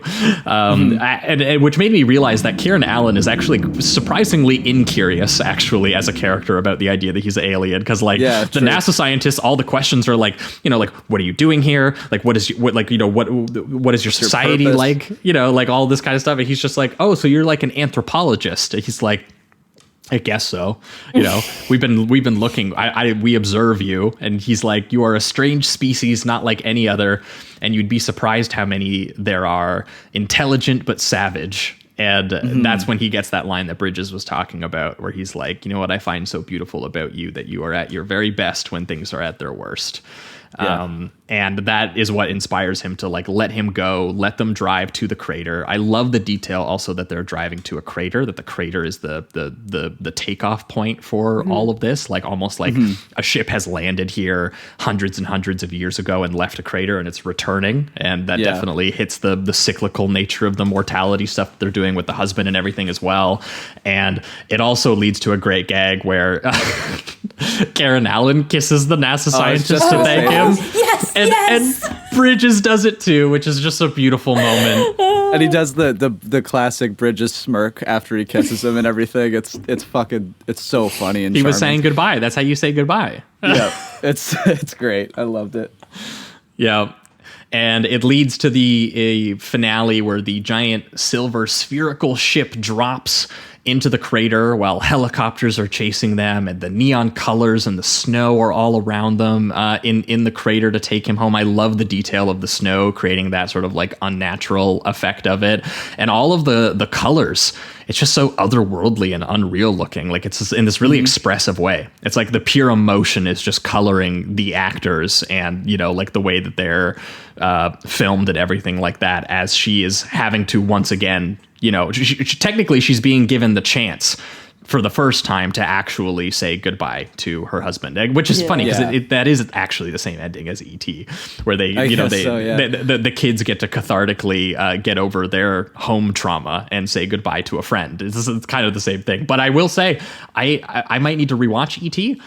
I was moved by this in a way I don't remember being moved by the finale of E.T. in the same way. Maybe it's because I look at that sickly little monster and I'm fucking demon. Whereas this, you get to kind of look into Jeff Bridges' dreamy eyes a little bit, and there's a little bit of a different vibe going on. Yeah, this ending really worked for me, and it honestly made me realize how much I kind of care, and I'm gonna miss Bridges' alien as he leaves. Because I would say, for me, throughout the film, I was into it, and some of the gags I found to be incredibly endearing and adorable, but also, we even mentioned it, kind of juvenile, stuff that you'd almost see in a kids movie or a family movie. But it just led to such sincerity. So this finale really ends up working so well.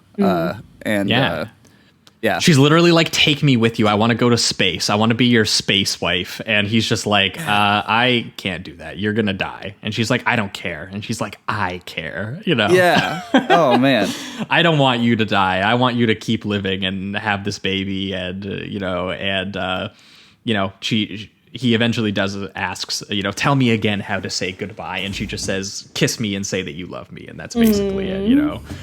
And she really gets a chance to actually, have some closure with this monumental loss that she was like not dealing with at the beginning of the film, as we could see. And I will say, the choice of final shot is great. Unbelievable. The way that it holds on Karen Allen's face while she watches it fly up. And we watch it from the perspective of the camera just slowly starting to rise and float above her on this, which is the most Spielbergian moment in the whole thing. It might even be better than the version that Spielberg does it in his film, which is just that moment of pure wonder of her looking up at this amazing spaceship. They probably just didn't have the money for the spaceship like Close Encounters did. So they were just kind of like, okay, we had the one shot of it landing. We don't really have the big, amazing shot of after, but it totally works for him because you see it all in her face. She's like, look at this amazing spectacle that I'm seeing, but also it's tied in with this bittersweet catharsis and then just credits. And that's it. That's the movie. I was like, yeah, because that's really where it lies, is their romance and kind of her, I guess, reconciling the fact that she lost her husband and having a second chance to say goodbye. And and shit, we haven't mentioned it. And the theme kicking in. Oh yeah, the pulsy, dreamy score God, to it, it's like so that, gorgeous. Oh my God! And it's by Jack Nietzsche because it's one of the few actually non-Carpenter scores for his film. I'm surprised it took us this long to mention it because the theme comes up a bunch of times in the film, but it really kicks in that moment. And yeah, this guy did like One Flew Over the Cuckoo's Nest, The Exorcist, Blue Collar, Cruising. Very accomplished composer. And yeah, this was just kind of a mind-blowing theme, just central theme for the film that just really sent home all of the emotion of it, and again with the colors and the performances. So yeah, I was almost in tears watching the ending of this. Oh yeah, me too. And like they really hammer it home too, like having all these lines. Like we already mentioned the take me with you and like I care, but they also have like tell the baby about me. And then she promises that she will, and then he does the Jenny Hayden thing where he's like, goodbye, Jenny Hayden. It's just, it's so built in to be like blatantly just romantic. It's a tearjerker. Yeah, it's such a tearjerker. Awesome. It's really good. It's very heartfelt, and it's fun to watch that from Carpenter. Yeah. Yeah. And also it does actually ring true with, not to keep hammering it home, but it rings true with what they end up doing with Dougie and the Twin Peaks stuff too. Like I think about that moment when he's hugging Naomi Watts and her kid, and he's just like, I love you, Sonny Jim, or what, totally. all that kind of stuff. Like it's functionally written into the story in the same way, where it's like, this thing. Starman. You're so right. That's crazy. That's Starman. The science fiction scenario has come into place is essentially inadvertently finish some leftover like emotional business from this other dimension, and over the course of this, that he just kind of makes the people's lives around him better, and then when his job is done, he kind of ascends back and he goes back, and it's just such a it's such a moving dynamic. More people should tell this story. Yeah, I love it too that it feels like his character is barely trying to do that. He just kind of it comes naturally to, I guess, it's within their nature wherever these aliens are from. The orbs seem like it's cool dudes. It's definitely a very positive vision in a way that you don't typically see from Carpenter, because he was feeling in a generous mood. He was feeling in a hopeful mood. That it ended up being him just trying to trick himself anyway. I know, that's so fucking funny. He's like, maybe if I make this movie, then I'll believe it. Yeah, maybe if I make the commercial movie that all the other guys make, maybe I could be like them. And then it's like, no, we're going to go right back into, what did he do after this? Was it Christine? Was it Christine after this? That's a pretty dark movie. Yeah, it was pretty That's angry. Great. Or actually, I think it was, let me see. No, was Christine was 83. Oh, so Christine was right before. Wow. Okay. Yeah, so 80, I'm trying to look here real quick. 86 was Big Trouble would have in been Little China. It would have been Big Trouble and then Prince of Darkness. Okay. Yeah. Okay. That's I guess he was still kind of channeling some fun in Big Trouble. Yeah. But definitely went back to the violence and the effects and everything like that. So definitely. Yeah, but I think that is the end of Starman. So we should pivot towards the reductive rating round. But yeah, this one was a very solid 4 from me as well. And I will say I enjoyed this one a lot on a first watch, especially just from, you know, how much of a sort of like strange detour it is in Carpenter's career around this time. And it's again, it's such a sudden out of nowhere burst of pop commercial sensibility and sweetness, and I do have to assume that it was a direct response to, you know, the thing, you know, being dogged as much as it was, as we talked about when we did that episode, that it was just, you know, it was very unjustifiably, you know, not a commercial hit for him, not even a particular critical hit for him. Crazy. And it was definitely probably his most nihilistic that he had been up until that point. And so maybe he felt that was what was alienating people. And he was like, I'm going to do my commercial movie that people think is sweet and it makes money and everyone has a good time. And what's interesting is that so many people have had those instincts before, and it just leads to like the worst movie that they made, because it's like, it's so not them.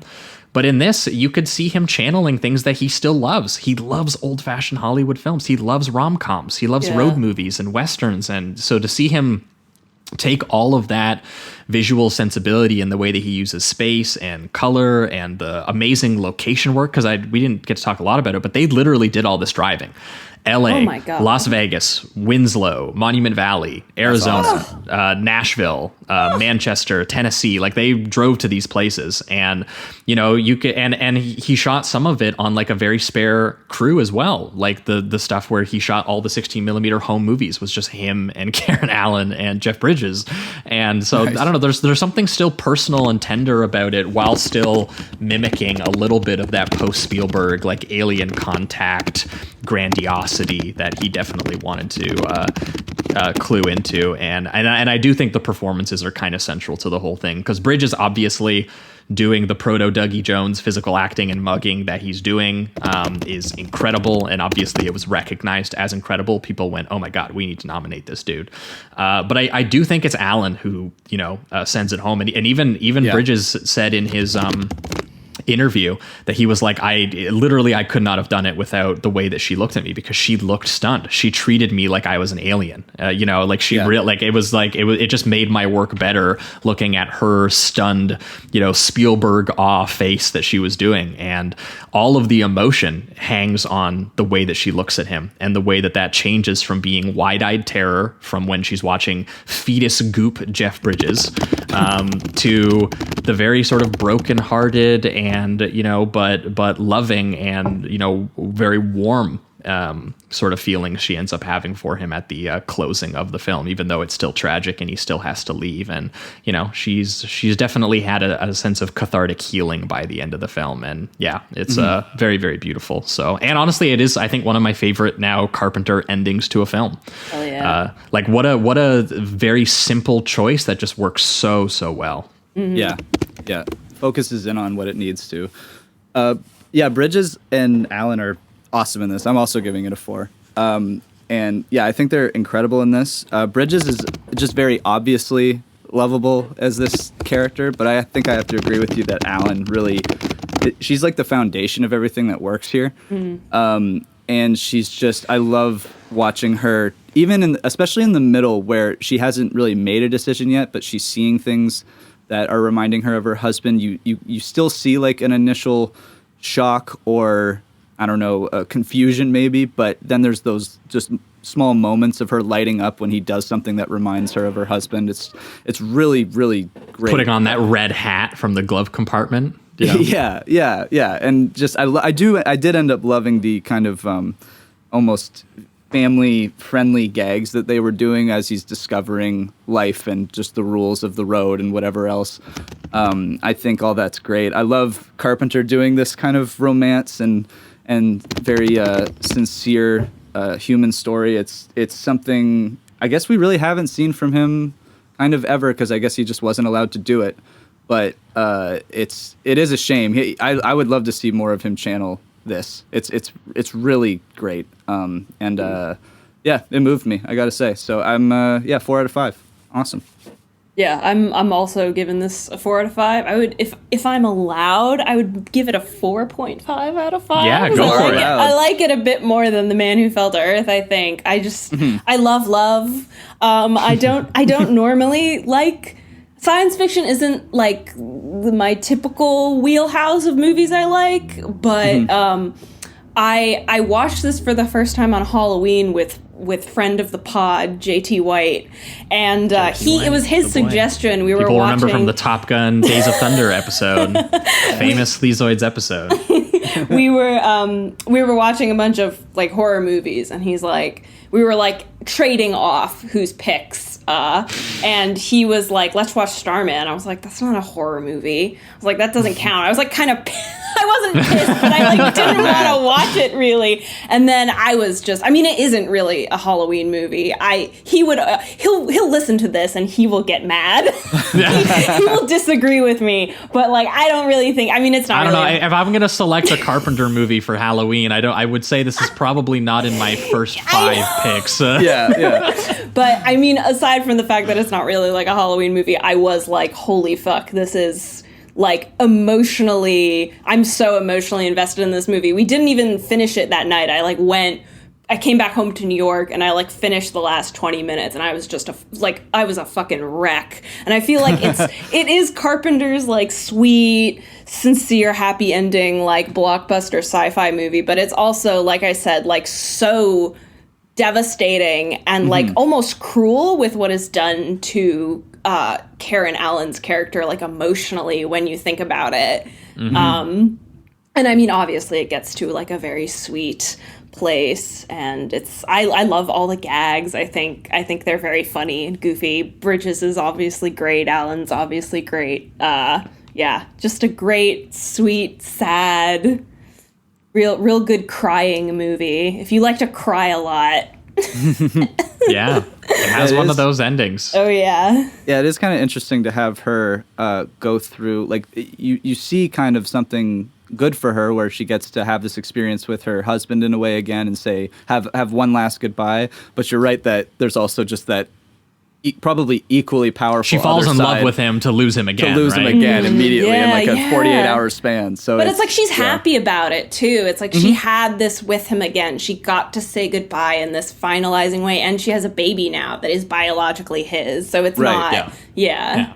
Yeah, there was some unfinished business that were taken from her when he died suddenly in an accident. Right now, it's like she did actually get to kiss him goodbye. She does get to like raise a child that's theirs. Like you know, like the alien does, you know, definitely dramatically shift her life from just staring at pictures of him and being upset about it. Yeah, it is. There is something to say about having her first image in the movie be, you know, her watching those home videos and just being devastated to, although saying goodbye at the end, looking on at that ship. He's with like the most amazement and fleshy home happiness. video ever. Yeah. You can tell that she's been lifted at least, and it's that is nice. Yeah. But I think that's going to wrap it up for Starman and for this episode. That was The Man Who Fell to Earth from 1976 and Starman from 1984. Thanks so much, Brianna, for joining us and for bringing these films with you. It's always a blast. Of course. Happy to. It was great rewatching them. They're great movies. Such a good double feature. Yeah, that's right. Good picks. Good picks. You definitely did well. This is the part of the show where if you've got anything to plug, this is where we usually have you do that. What's going on in Brianna's Substack world? In Brianna's world, you can follow my Substack at briannazigler.substack.com, Breezigs LLC, and then you can follow me on Twitter at justbreezigs. I write pretty regularly at Paste Magazine. Read my reviews, please. Yes. That's it. Do it up. No, do it up. We can definitely recommend doing that. We are going to be back for our listeners in 1 week's time, where we are going to be doing a huge left turn because we have done 3 weeks of science fiction and 2 weeks of very friendly science fiction, I will say, because, you know, even Close Encounters and Day the Earth Stood Still, you know, those aren't the...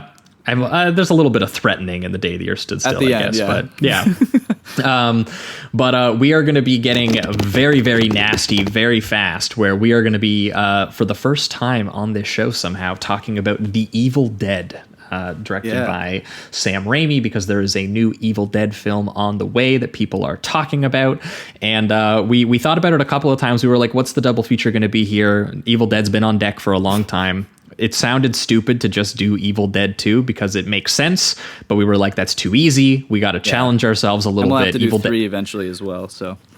Yeah, so we said the double feature is instead going to be a movie Jamie and I have not seen, and this is the real title: Bloody Muscle Bodybuilder in Hell. Let's go. Which is a Japanese Evil Dead. Just instead of having like Bruce Campbell, it has a Japanese bodybuilder at the center of it. But he is also in a haunted house fighting all kinds of splatter movie characters, apparently. I'm so excited for that. I cannot wait. We're going to be talking Evil Dead, Bloody Muscle Bodybuilder in Hell. It's almost a tongue twister, actually. Yeah. So that's going to be next week. And then in 2 weeks' time, we have a very special guest joining us for, I'll just say it's Perry, for his usual annual episode of What the Fuck Are You Making Us Watch? What is this? How gross will this be? Can't wait. We took the Midori challenge before TikTok did and saw those images of that dog being squished. God damn. I don't know what these movies are. And the mermaid one. Jesus Christ. Perry has brought on like the most disturbing, gory films we've ever seen on this show. So he's got a new pairing for us. I don't even know if that's what this pairing is, but I haven't seen them, so I'm going to guess. We're going to talk about a film called Celluloid Nightmares, as well as another movie called Evil Dead Trap. Nice. Which I don't know if that has any connection to Evil Dead of any kind. I'm going to have to assume so with that name, but I don't know. So we'll find out in 2 weeks' time. Can't wait. We're going to Evil Dead mode, in short. So that's what you can expect over the next 2 weeks. But that wraps it up for everything this week. Thanks so much for listening, and keep it sleazy. Keep it sleazy, everybody.